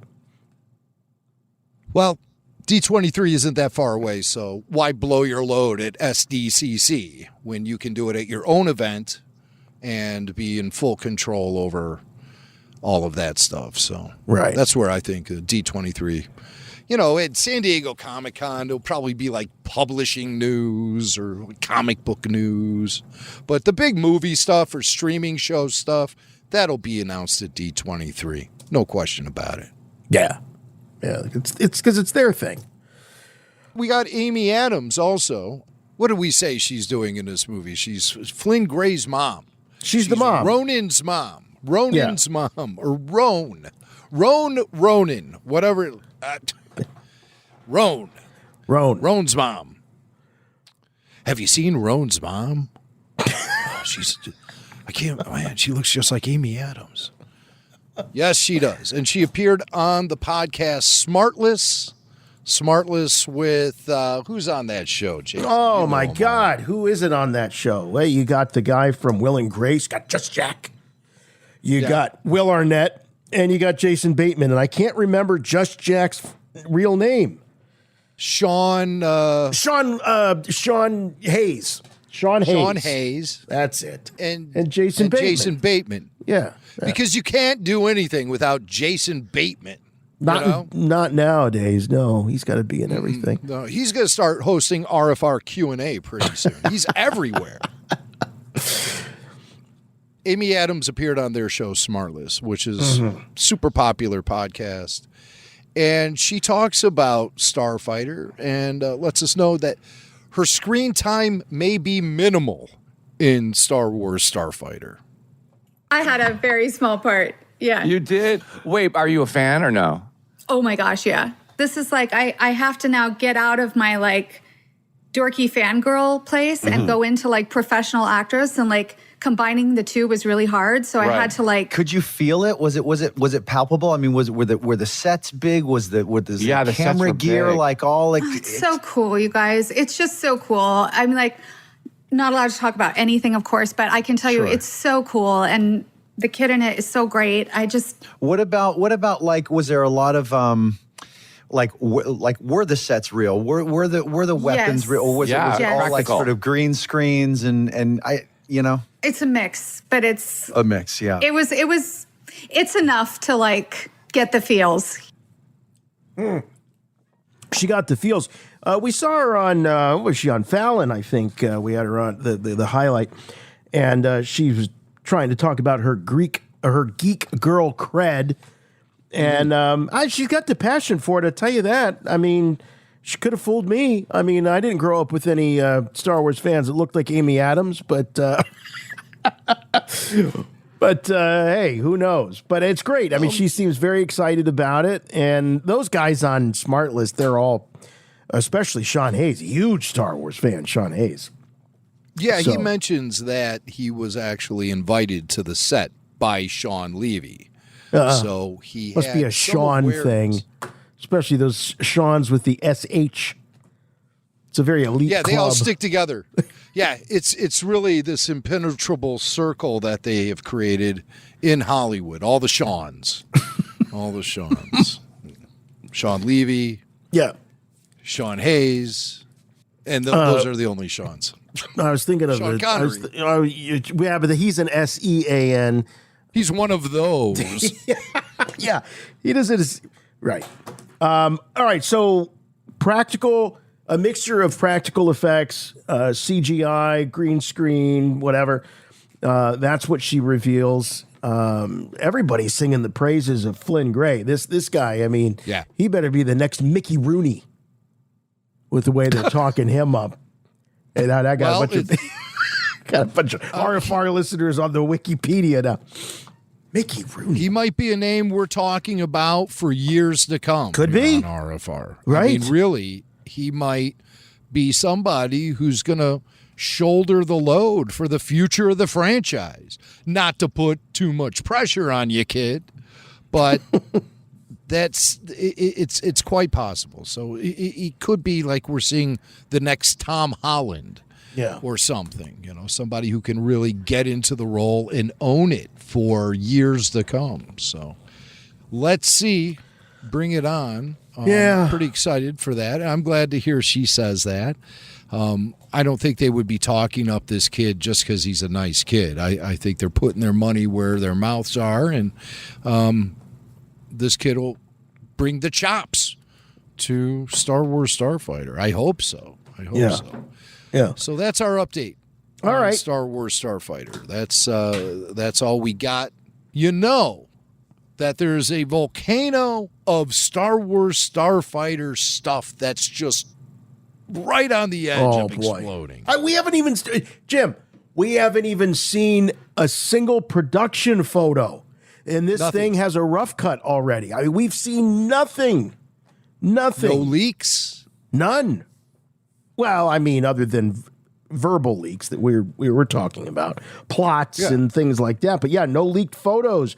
God, do you remember when episode 2 was being made and we got leaks of Hayden Christensen in his Anakin Skywalker gear, smoking a cigarette on the back lot of the studio? Well, I mean, Lucasfilm themselves were releasing production shots constantly but throughout the development of the prequel trilogy. This one has really been locked down. We don't know anything. And even these rumors we're talking about, like character names and stuff, we are like 10 months away from this film being released. And that's all we got at this point? I mean, that's just not even scratching the surface. So they've done a really good job keeping this whole production locked down. It might seem like, this is crazy. It's so far off, but I've heard people talking about, Super Bowl 2027. That'll be a big day for this film that we'll see some big trailer. And I'm thinking to myself, my God, we got to wait till February to see a trailer for a movie in May?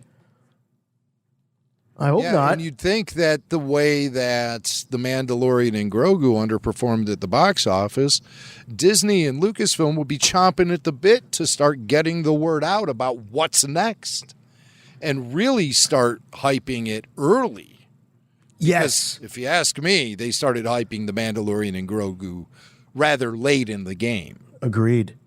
And that was cost savings. I think a lot of that, it takes a lot of money to sustain a campaign, but I think it was definitely started way too late. And also, speaking of the Super Bowl, it was a total smoke screen. Like you had all those eyes on that, and you gave us, some cute little thing with the tauntauns. It had nothing to do with the movie. In retrospect, there were no tauntauns in the movie. There was an ice planet. But there were no tauntauns, so it was a total waste of time, other than just something cute and clever. Did nothing to sell the film.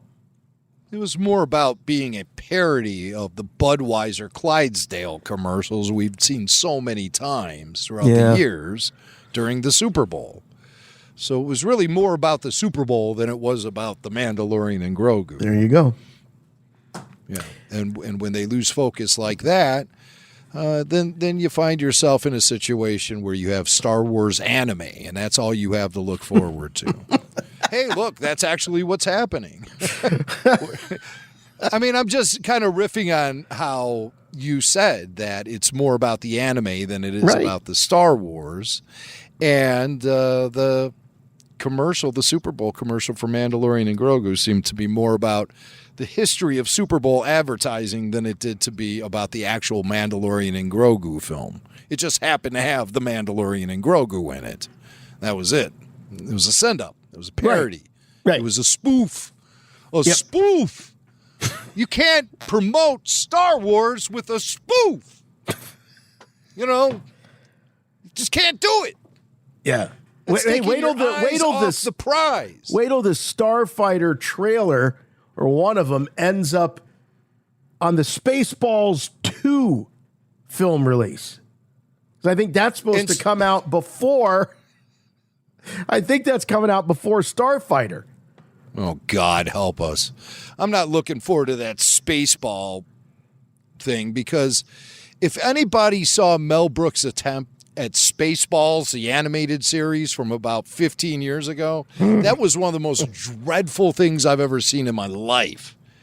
And I hope with the inclusion of some better writers, they have that portly fellow, Josh Gad. Josh Gad. Sorry, Josh. He's a big Star Wars fan. He actually could be listening to this show. He'll be glad to know that he's known as the portly fellow. That is true. He might even hear this. I can't. I just couldn't think of his name. I know. And now Josh is like, well, I wish you never would think of my name, ever. Please. If that's the best you can do. His episode of Curb Your Enthusiasm was one of the funniest in the last oh, God, he's seasons. The doctor, right? He's Larry's doctor. He got those ripped up Fruit of the Looms. Yes. Yeah. The chemistry between him and Larry was off the charts. Oh, that was so good. And he was also involved with the Star Wars Oreo. The Star Wars Oreo promotion. Right. Yes, that's right. Remember that? Yep. He was the spokesperson for that. Yeah. So he's like canon. So he's making the Spaceballs movie with Mel Brooks. And I fear that you're going to put the trailer for Star Wars Starfighter and tack it on the front of Spaceballs 2, and people will walk away thinking Spaceballs 2 was better than Starfighter. Oh, well, the special effects were way better in Spaceballs 2. God. Yeah, the characters were much more believable in Spaceballs 2. Yeah. Starfighter doesn't have yogurt. Stuff like that. Well, by the way, spoiler alert, but I think we're going to be meeting baby yogurt in Spaceballs 2. Oh, of course. Of course. Yeah. That's a no-brainer. Right. I wonder how many modern references will be made in Spaceballs 2 to Star Wars. If Josh Gad, so is Josh co-writing this thing? I think so. If that's the case, then I think there's going to be a lot. Yeah, he is co-writing it. He's a co-writer. Yeah. So, yeah, he'll have it up to date with... So Brooks is just directing this thing. He's not writing it. So this is Benji Sammet and Dan Hernandez writing alongside Josh Gad. You know, Josh Gad is real good friends with Daisy Ridley. And I wouldn't be surprised if we get a number of sequel trilogy references as well as, you know, Mando Grogu stuff. I think we'll see a lot of it. I do want to correct you, though. Mel is not directing this. No. He's not. He just turned 100 years old. Yeah, Clint Eastwood is... That's no excuse. Eastwood's directing, you know, at 100 years old. Well, Clint defies... he defies nature. I really did think that Mel... The way they were promoting this, Jim, I really thought that Mel was directing. I stand corrected. So he's not directing it. He's obviously producing it, or he's got some title with this thing. I mean, it's his. He's in it. Oh, right, of course, right. He's in That's it. for sure. He's in it, and I'm sure he serves as some sort of executive producer. Right. Yeah, I mean, it's his franchise. I imagine he owns it. Who knows? The studio might own it. But hey, they're bringing Rick Moranis out of retirement for this. They sure are. So that alone makes it rather special. Not having John Candy to be in it as Barf is a real blow. That's Gad is playing, I think, Son of Barf. Son of Barf? Yeah. Okay. All right. Yeah. And Josh Greenbaum is directing Spaceballs 2, the new one. Do we know him? Probably not. No, I've not heard of his films, to be honest with you. That doesn't mean anything. I'm not, Barb and Star go to Vista Del Mar. You see that flick? Oh, you know who was in that is our buddy, Richard Cheese. Richard Cheese was in that movie. Yeah. Hold on a second. The director of Spaceballs. The director of Spaceballs 2 is coming out of a Richard Cheese project? Wow. Well, it wasn't just Richard. I mean, there were... it was more than... It's not a Richard Cheese... Richard was in it. Okay, all right. But it was a Kristen Wiig movie. Okay, all right. Okay, oh, thank God. Yeah, right, a little Kristen more Wiig. mainstream Okay, than Richard Cheese. It's like, oh my God. Will and Harper is another thing that he directed. So I don't know about both that. In regular rotation at my Blu-ray player. Let me tell you.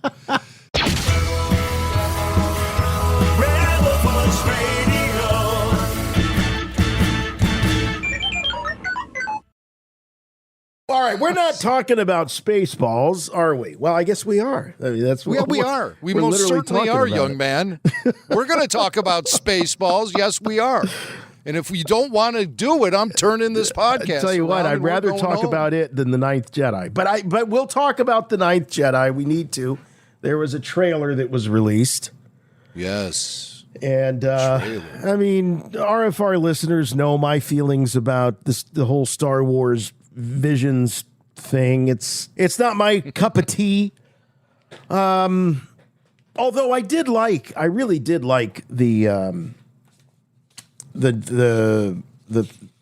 in season 1 or whatever the hell it was, volume 1. Yeah. Mm-hmm. That episode that featured these characters that are going to be in the Ninth Jedi. What was the name of the short? Was the short called The Ninth Jedi? Yes, it was. All right, yeah. Okay, that was the short. So I enjoyed it. It was cool. Had that great twist, when they were all together and all of a sudden some of these characters revealed themselves to be Sith or evil Jedi. And It was great. I didn't see the third one or the second one. It was in volume 3. It just came out last year. Yeah, it's rather skippable. Yeah, but I mean, it is. It is. Yeah. She gets separated from their crew. The first episode set it up. So the father was kidnapped. Yes, by these Jedi hunters. Mm-hmm. The father, not necessarily a Jedi himself. How strong he is in the Force, we really don't know. But he's the saber smith. He creates these lightsabers. Yeah. And they're to be delivered to these Force users who have all been recruited by... They've been gathered together.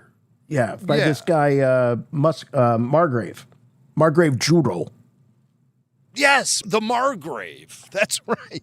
Yeah. And they all turn their lightsabers on and the blades are red.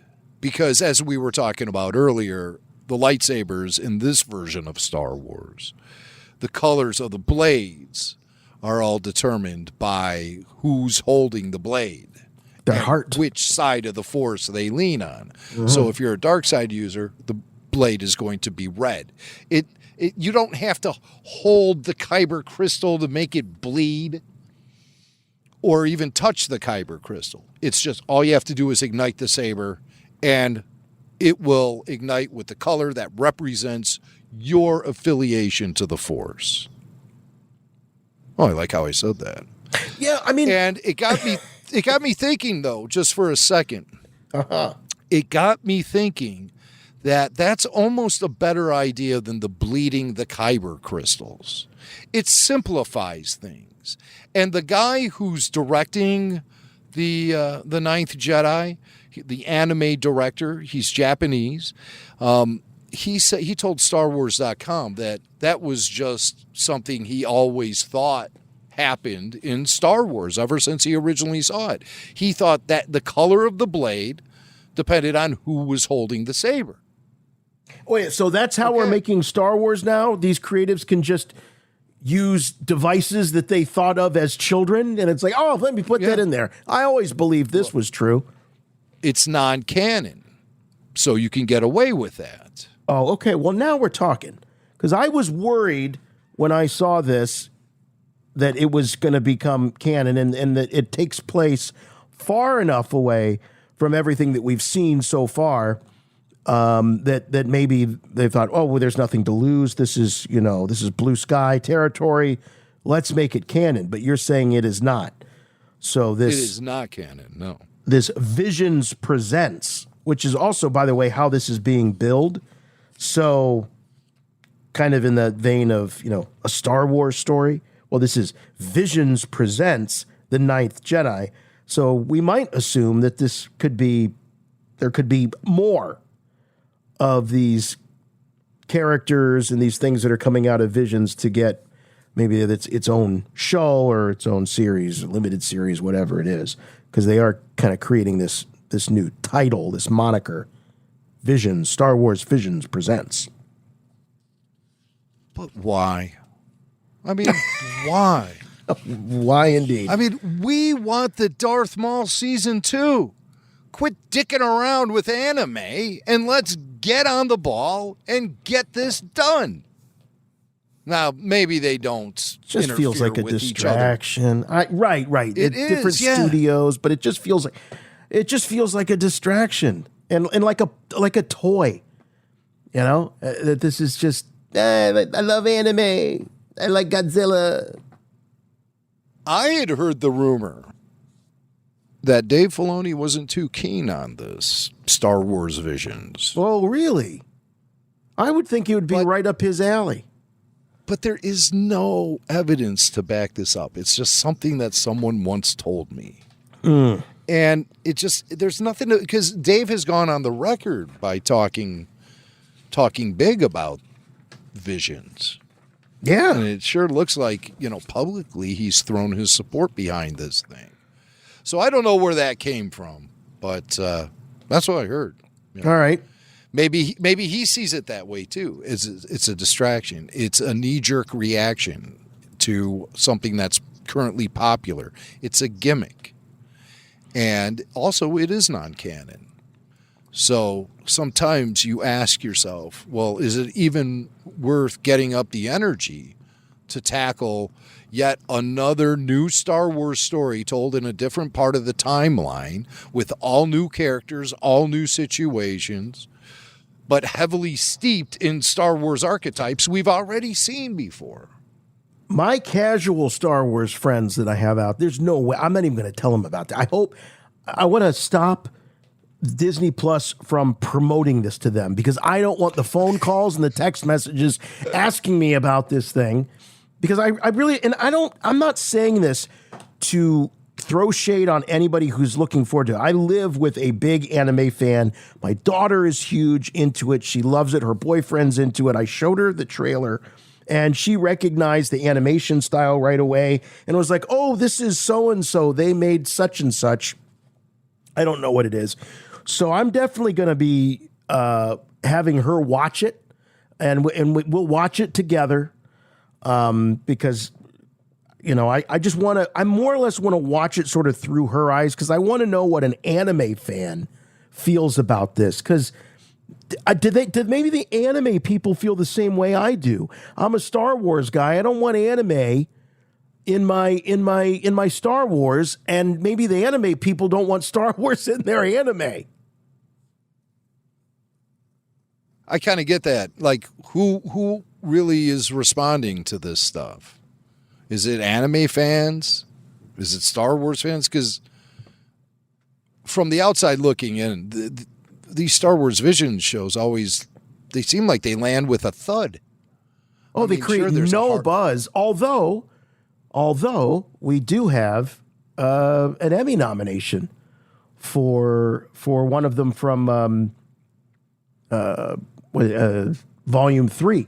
So Black, that one, let's see, I think I've got that was a wild and crazy one. I believe that was the last episode of that season, and it's about a stormtrooper who I think he gets injured, but it's all very surreal and trippy and abstract. Yeah, the animation style on this is real crazy. It doesn't have that typical anime look to it. It almost looks like it's very hand-drawn, very simplified. Yeah, very stylized. I mean, all these things are stylized, and they all have like different styles. And I guess there's people out there. I mean, we hear from some of them that love this, but it's too all over the place for me.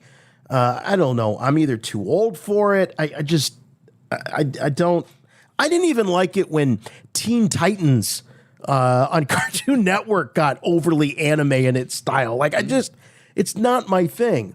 But again, I'm not saying this to put anyone down whose thing it is. It's just like, isn't there plenty of anime out there for anime fans? Why do we have to have Star Wars anime? Yeah, is it going to really be a gateway into Star Wars for anime fans?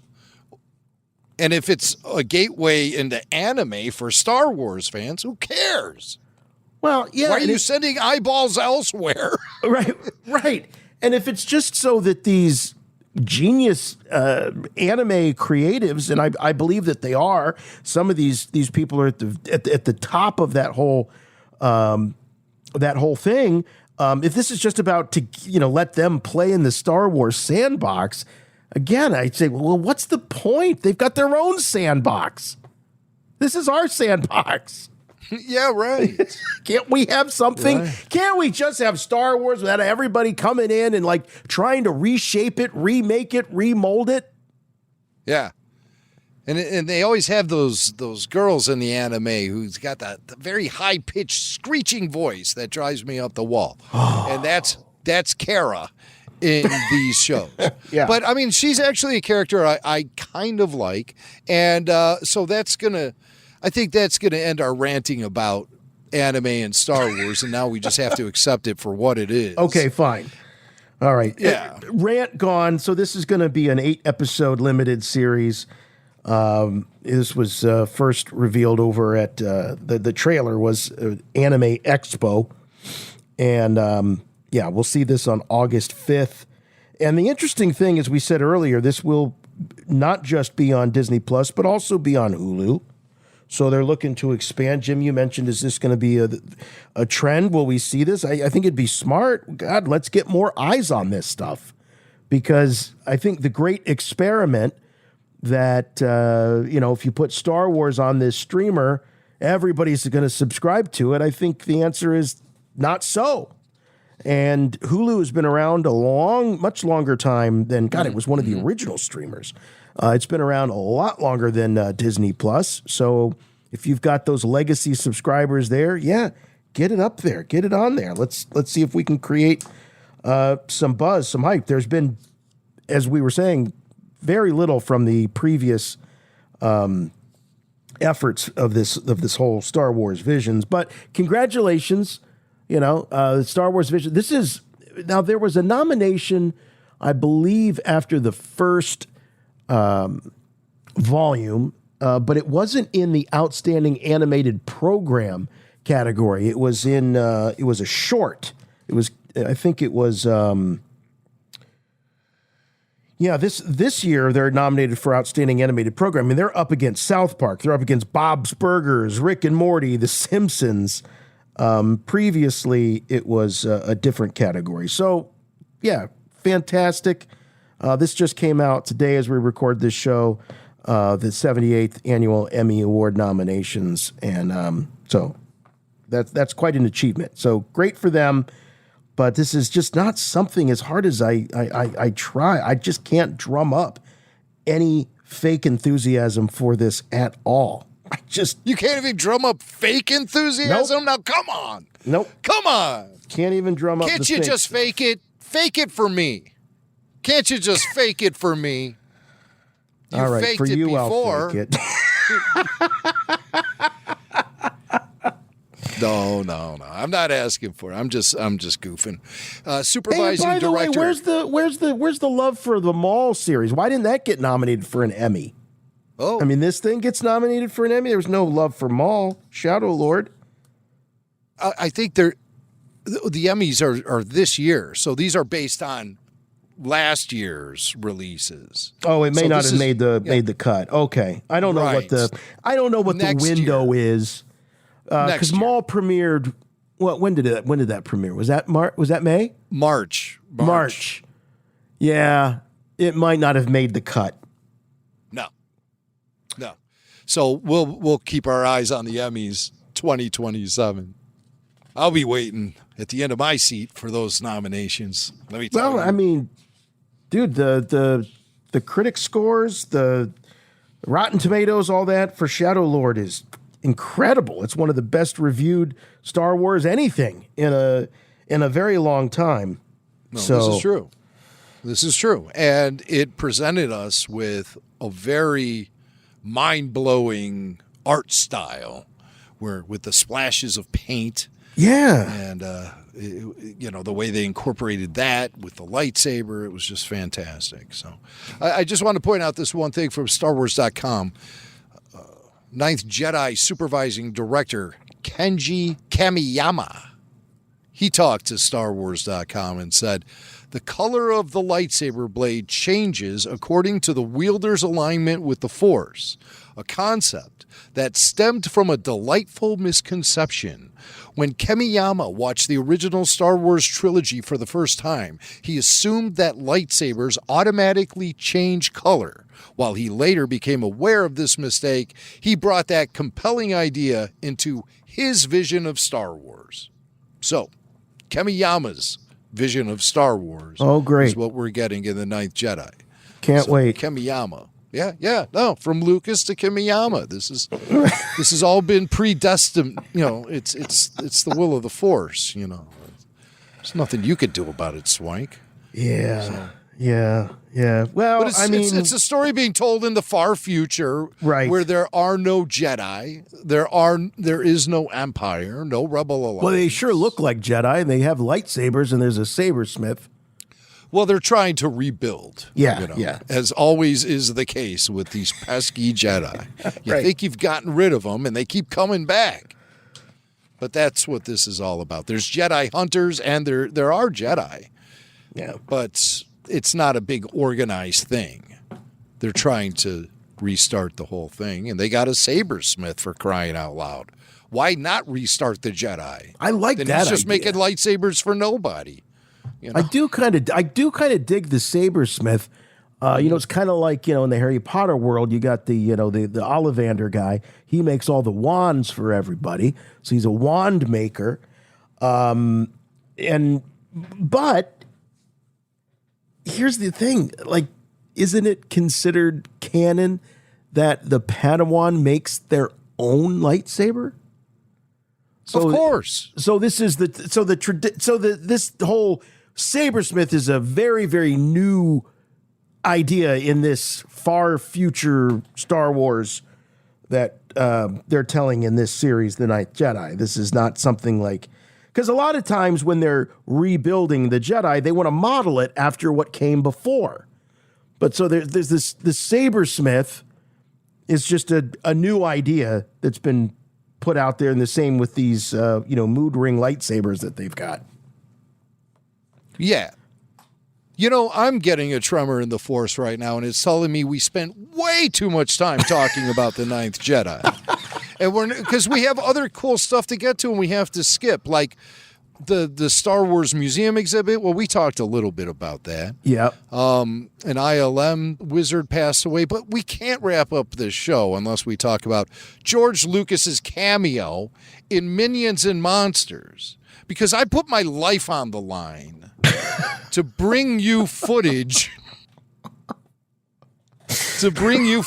from Minions and Monsters. That's right. Uh-huh. Okay, so here's the deal.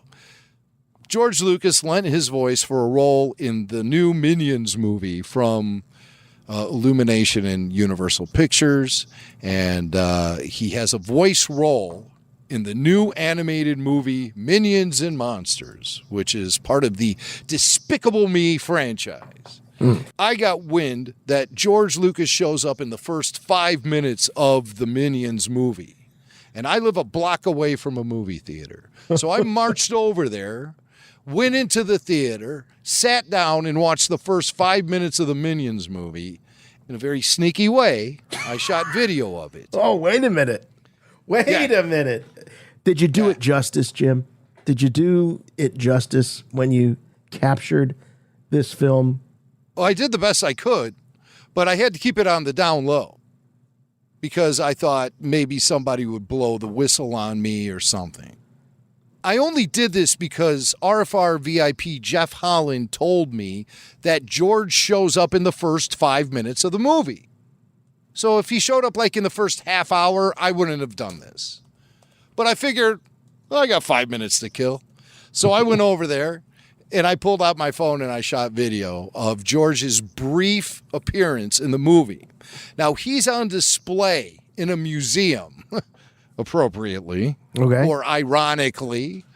He's on display in a museum. He's in a glass case. And there are other famous movie directors there, too, like Orson Welles. And the tour group comes up to Lucas, and there's a little interaction between the person giving the tour and George himself. So here is George Lucas's cameo from Minions and Monsters. You all know George Lucas, right? I'd really like to go home, though. Come on, only a few more weeks left in the exhibit. You can do it. Can I at least have my cell phone? Oh, George, you're just going to use it to call for help. That's it. That's it. So it's a pretty interesting depiction of George here. He, of course, has the flannel shirt on, the plaid flannel, or the flannel, if you will. That's the new word I've invented to describe George Lucas's. Yeah, that's to describe his wardrobe. He wears flannel. The best part, plaid flannel, is the sigh of exasperation, which is just classic George here. Come on, only a few more weeks left in the exhibit. You can do it. Can I at least have my cell phone? Oh, George, you're just going to use it to call for help. So they have him in this glass case, And they only feed him Starbucks, apparently, because he's there holding a Starbucks cup. I guess. And he just wants his cell phone because he's bored. He probably just wants to get the news, maybe communicate with someone. But she's right. He would call for help. I don't know if maybe later in the movie he does, because I walked out of there after 5 minutes. After this was over, I just turned off the phone, got up, walked right out. See, I thought he was actually voicing a minion. The way that the early leaks was that George has got a cameo in Minions, and I thought, oh, there's going to be like a little minion dude that has like George's voice. I thought that's an interesting choice. But pitch up his voice really high. Right. Hey. Yeah, that'd be perfect. Right. That'd be perfect. But that's it. That's George's big cameo. We've been hearing about it for weeks. And then, hey, you want to talk about flat box office for The Mandalorian and Grogu. I was right. Supergirl did say, oh, you think that's bad box office? Hold my beer. Oh, God. That was an absolute atrocity. But Minions and Monsters, surprisingly, no match for Toy Story 5 at the box office. Families are still going to see that. And the Minions, so it appears this Despicable Me franchise might be running out of steam a little bit because it brought in about half of the box office that the previous Despicable Me film brought. Here's my problem with the Despicable Me franchise is I feel like there's always one in the theater. I have no idea what one they're on. They're not numbered. Sometimes it's Despicable Me. Sometimes it's Minions. I can't keep track of it at all. And to me, they all just blend together. You know, Toy Story 1, 2, 3, 4, 5. I can get that. Toy Story 5. They give me a little time to miss it. With the Minions, I feel like every 3 months there's another Minion something. Well, I'll tell you, they've been putting these films in the theater since 2010. And I've never seen one, but my boys and their grandmother, my mom, they bonded over these movies when they first came out. So it was kind of weird because, like, the phone would ring and my mom would be like, well, are the boys excited for the next Despicable Me? And I'd be like, Mom, what are you know Despicable Me? She's like, well, of course. We've gone to all of them together, me and the boys. Oh, that's amazing. That's nice. I love that. Yeah. I mean, I'm sure they're, my God, they're not going to get as popular as they are and have the longevity that they have had if they weren't any good. It all depends on like your kids and just how it hits. And it does seem like that it's a grandparent thing because I think the only exposure my kids have ever had to Minions or Despicable Me was through their Nana. So maybe that's a thing. You know, it's a great grandparents. Huge with the grandparents. Yeah. The Minions just works. It works for the little toddlers and it works for the old crusties.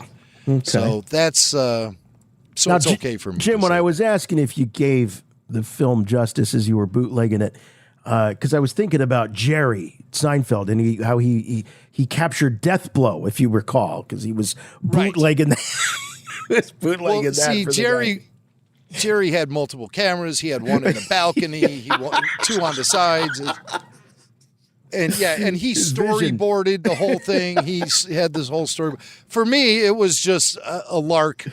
I'm like, oh, Despicable Me is playing in 5 minutes. I can be there in 3. And I stayed for about 10 total, and I was out of there. Yeah. But I do it for the show, you know? Right. When it comes to, I'll bootleg anything for this show. That's dedication, folks. That is. Because really, Max saved y'all like $12. You don't need to go see it now. We just played it right there.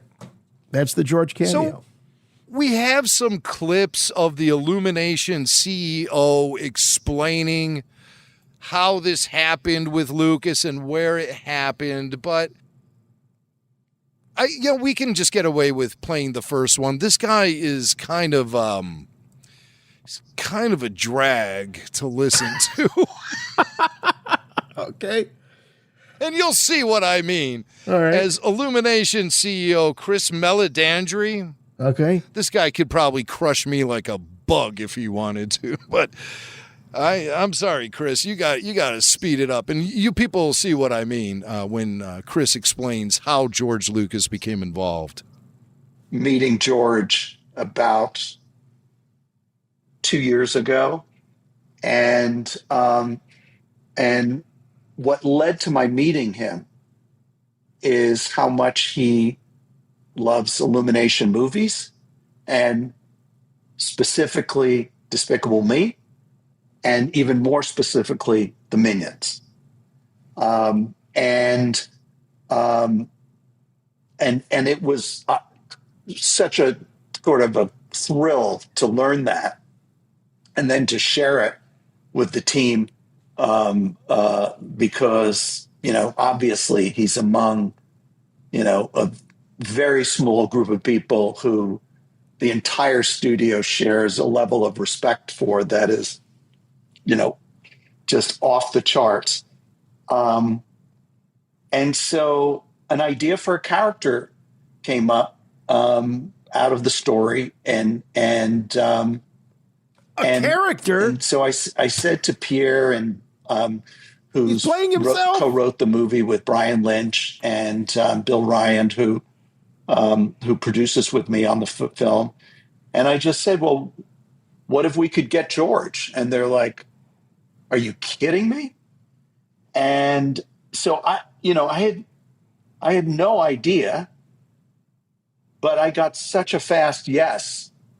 It was, it was incredible. Fastest thing that's ever happened to this man. We're thrilled to have him in the film, and I saw him recently, and he's already talking to me about the role he wants to do next in the next Minions movie. Wow, So, yeah, you it weren't kidding, man. He drags on and on. It took him like a minute 45 just to basically say, I met George. He told me he really likes the Minions movie. And when we were presented with this moment in the movie where I thought George would be perfect for it, I pitched the guys. They said, yeah. I called George. He said, yeah. And then now when I see him, he says he wants to be in the next one. All right, did we miss something? Does George come swinging back in this movie and he actually plays a minion? Because he's like, we had this idea for this character, and I thought, we should get George. The character is George Lucas.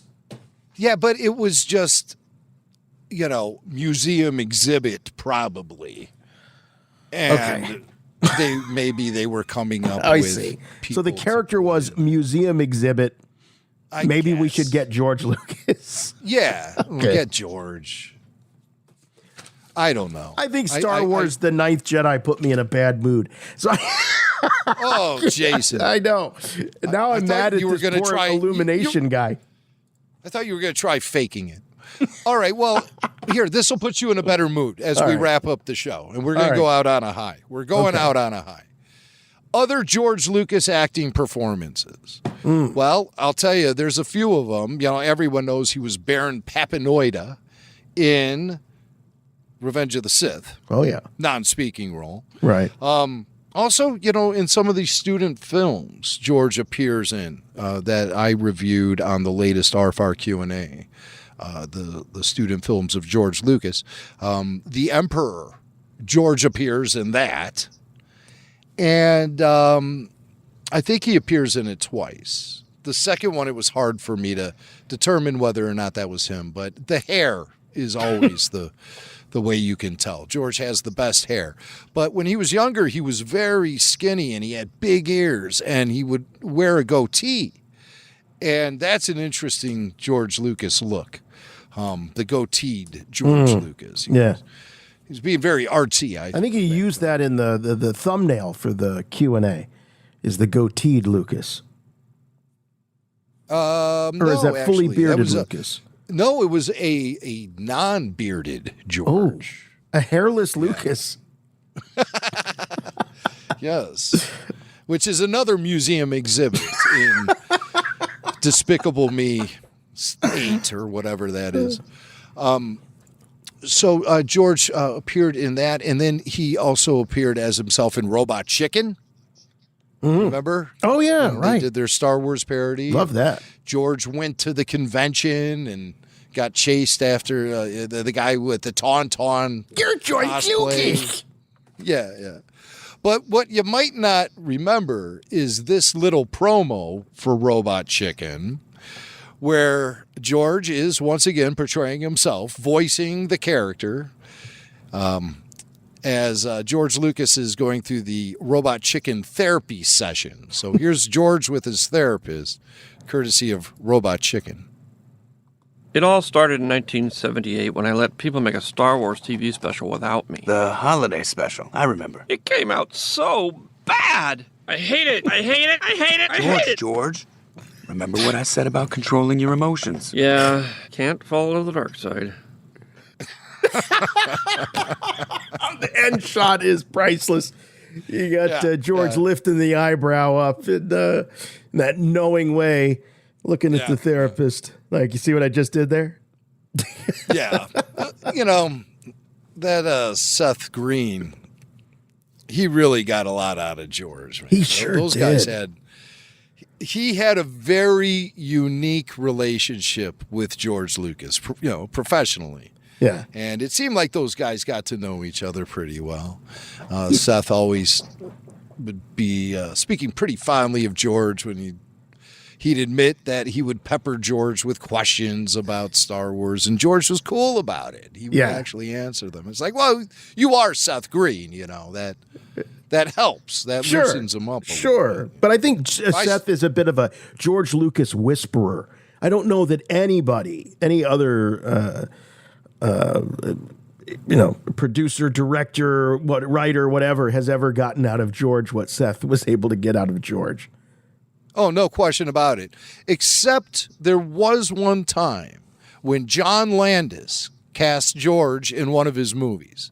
Now, John Landis, famous film director, who directed things like Animal House, he directed Beverly Hills Cop 3.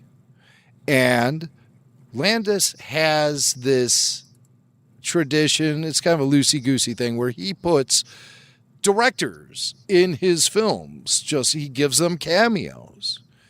And I guess it was George Lucas's turn here in the film Beverly Hills Cop 3, the Eddie Murphy movie. So to set this up, it's a quick cameo, 1994, Beverly Hills Cop 3. George appears in an amusement park, and he's getting on a ride. This was shot at California's Great America in Santa Clara, and the sister park to Great America here in Illinois was called Marriott's Great America in Gurnee, and it had a very similar ride. It's like this multi-armed Ferris wheel where you get into these things that look like bird cages, and then it lifts you up off the ground and it spins around like a Ferris wheel does, but you're up in the sky. Yeah, this is like a Ferris wheel on its side, almost. In the movie, they call it the Spider, but I think they called it the Sky Whirl at Great America when it was there. They're no longer in the parks. I don't think it's in California, and I definitely know it's not in Illinois anymore. Apparently, they just became impossible to maintain over years, and taking abuse from weather and just usage. So this is George's quick cameo from Beverly Hills Cop 3, where he is getting on this ride and he gets rather aggressively cut in line by Eddie Murphy, a.k.a. Axel Foley. And George does some acting here. Check it out. Excuse me. Hey! That's not fair. Maintenance, I gotta go grease the chain. Yeah, dry it, Sam? Sorry. Come on, let's go.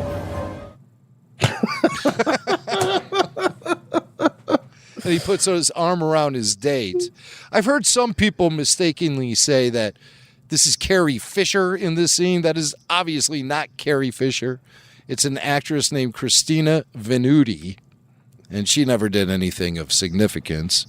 This is probably the biggest thing she ever did in her whole career. But George is looking pretty sharp, wearing the amusement park sweatshirt, gold and yellow, with a Porky the Pig knockoff dancing on the front of the shirt. Yeah. I guess they couldn't get Disney, huh? No, Disney was definitely not part of the George Lucas universe at this time, as he's trying to get on the Great America ride. But yeah, that's that. That's George Lucas doing some serious acting. You can see this on YouTube. Just look up George Lucas, Beverly Hills Cop 3, and you'll see it. And, from Beverly Hills Cop 3 to Minions, I think when it becomes time for the Academy Award considerations, the next round of nominations, I think George Lucas should definitely not be considered at all.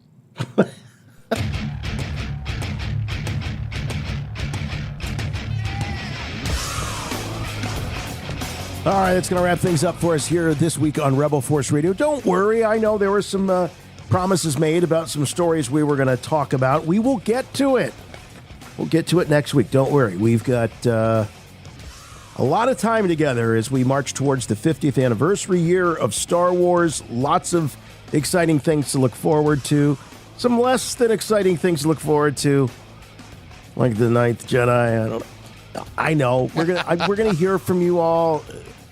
And I am going to watch it. I'm going to watch it simply because my daughter is such a fan of anime, and I want to watch it sort of, like you said, through her eyes and just get a sense of I just want to be able to pause it and be like, all right, what am I missing here? But what's going on? We'll see. It'll be like a social experiment. All right. If you want more Rebel Force Radio in your life, you can get it at Patreon. We talked about it just a bit ago. Patreon.com/Rebel Force Radio. You get exclusive podcasts. You get full show video of this very podcast. You get it all, but only at Patreon.com/Rebel Force Radio. Check it out. Also, please do watch our YouTube channel. We've got our own YouTube channel. Just, like all those other YouTubers. Rebel Force Radio. It's a great place to get highlights of past episodes going back decades, really, over there on YouTube. So please do subscribe, like, comment today. It's also the official and only home for all of our after shows. You can follow us on social. You can get us on Facebook, on X, on Instagram. You can also check out our official website at rebelforceradio.com. And if you still want to help us out, one of the best things you can do is follow or subscribe to this very podcast on your podcatcher of choice. That's still a thing. Could be Apple Podcasts, could be Spotify, whatever you listen to Rebel Force Radio on. Please do subscribe or follow it and leave us a review. We just have one simple, easy to follow rule, please. Make them good. All right, we'll see you next time, next week here on Rebel Force Radio for more. So for RFR, I'm Jason. I'm Jimmy Mack.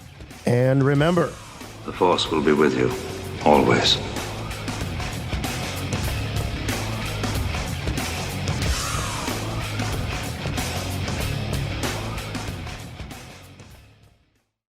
Can't follow the dark side.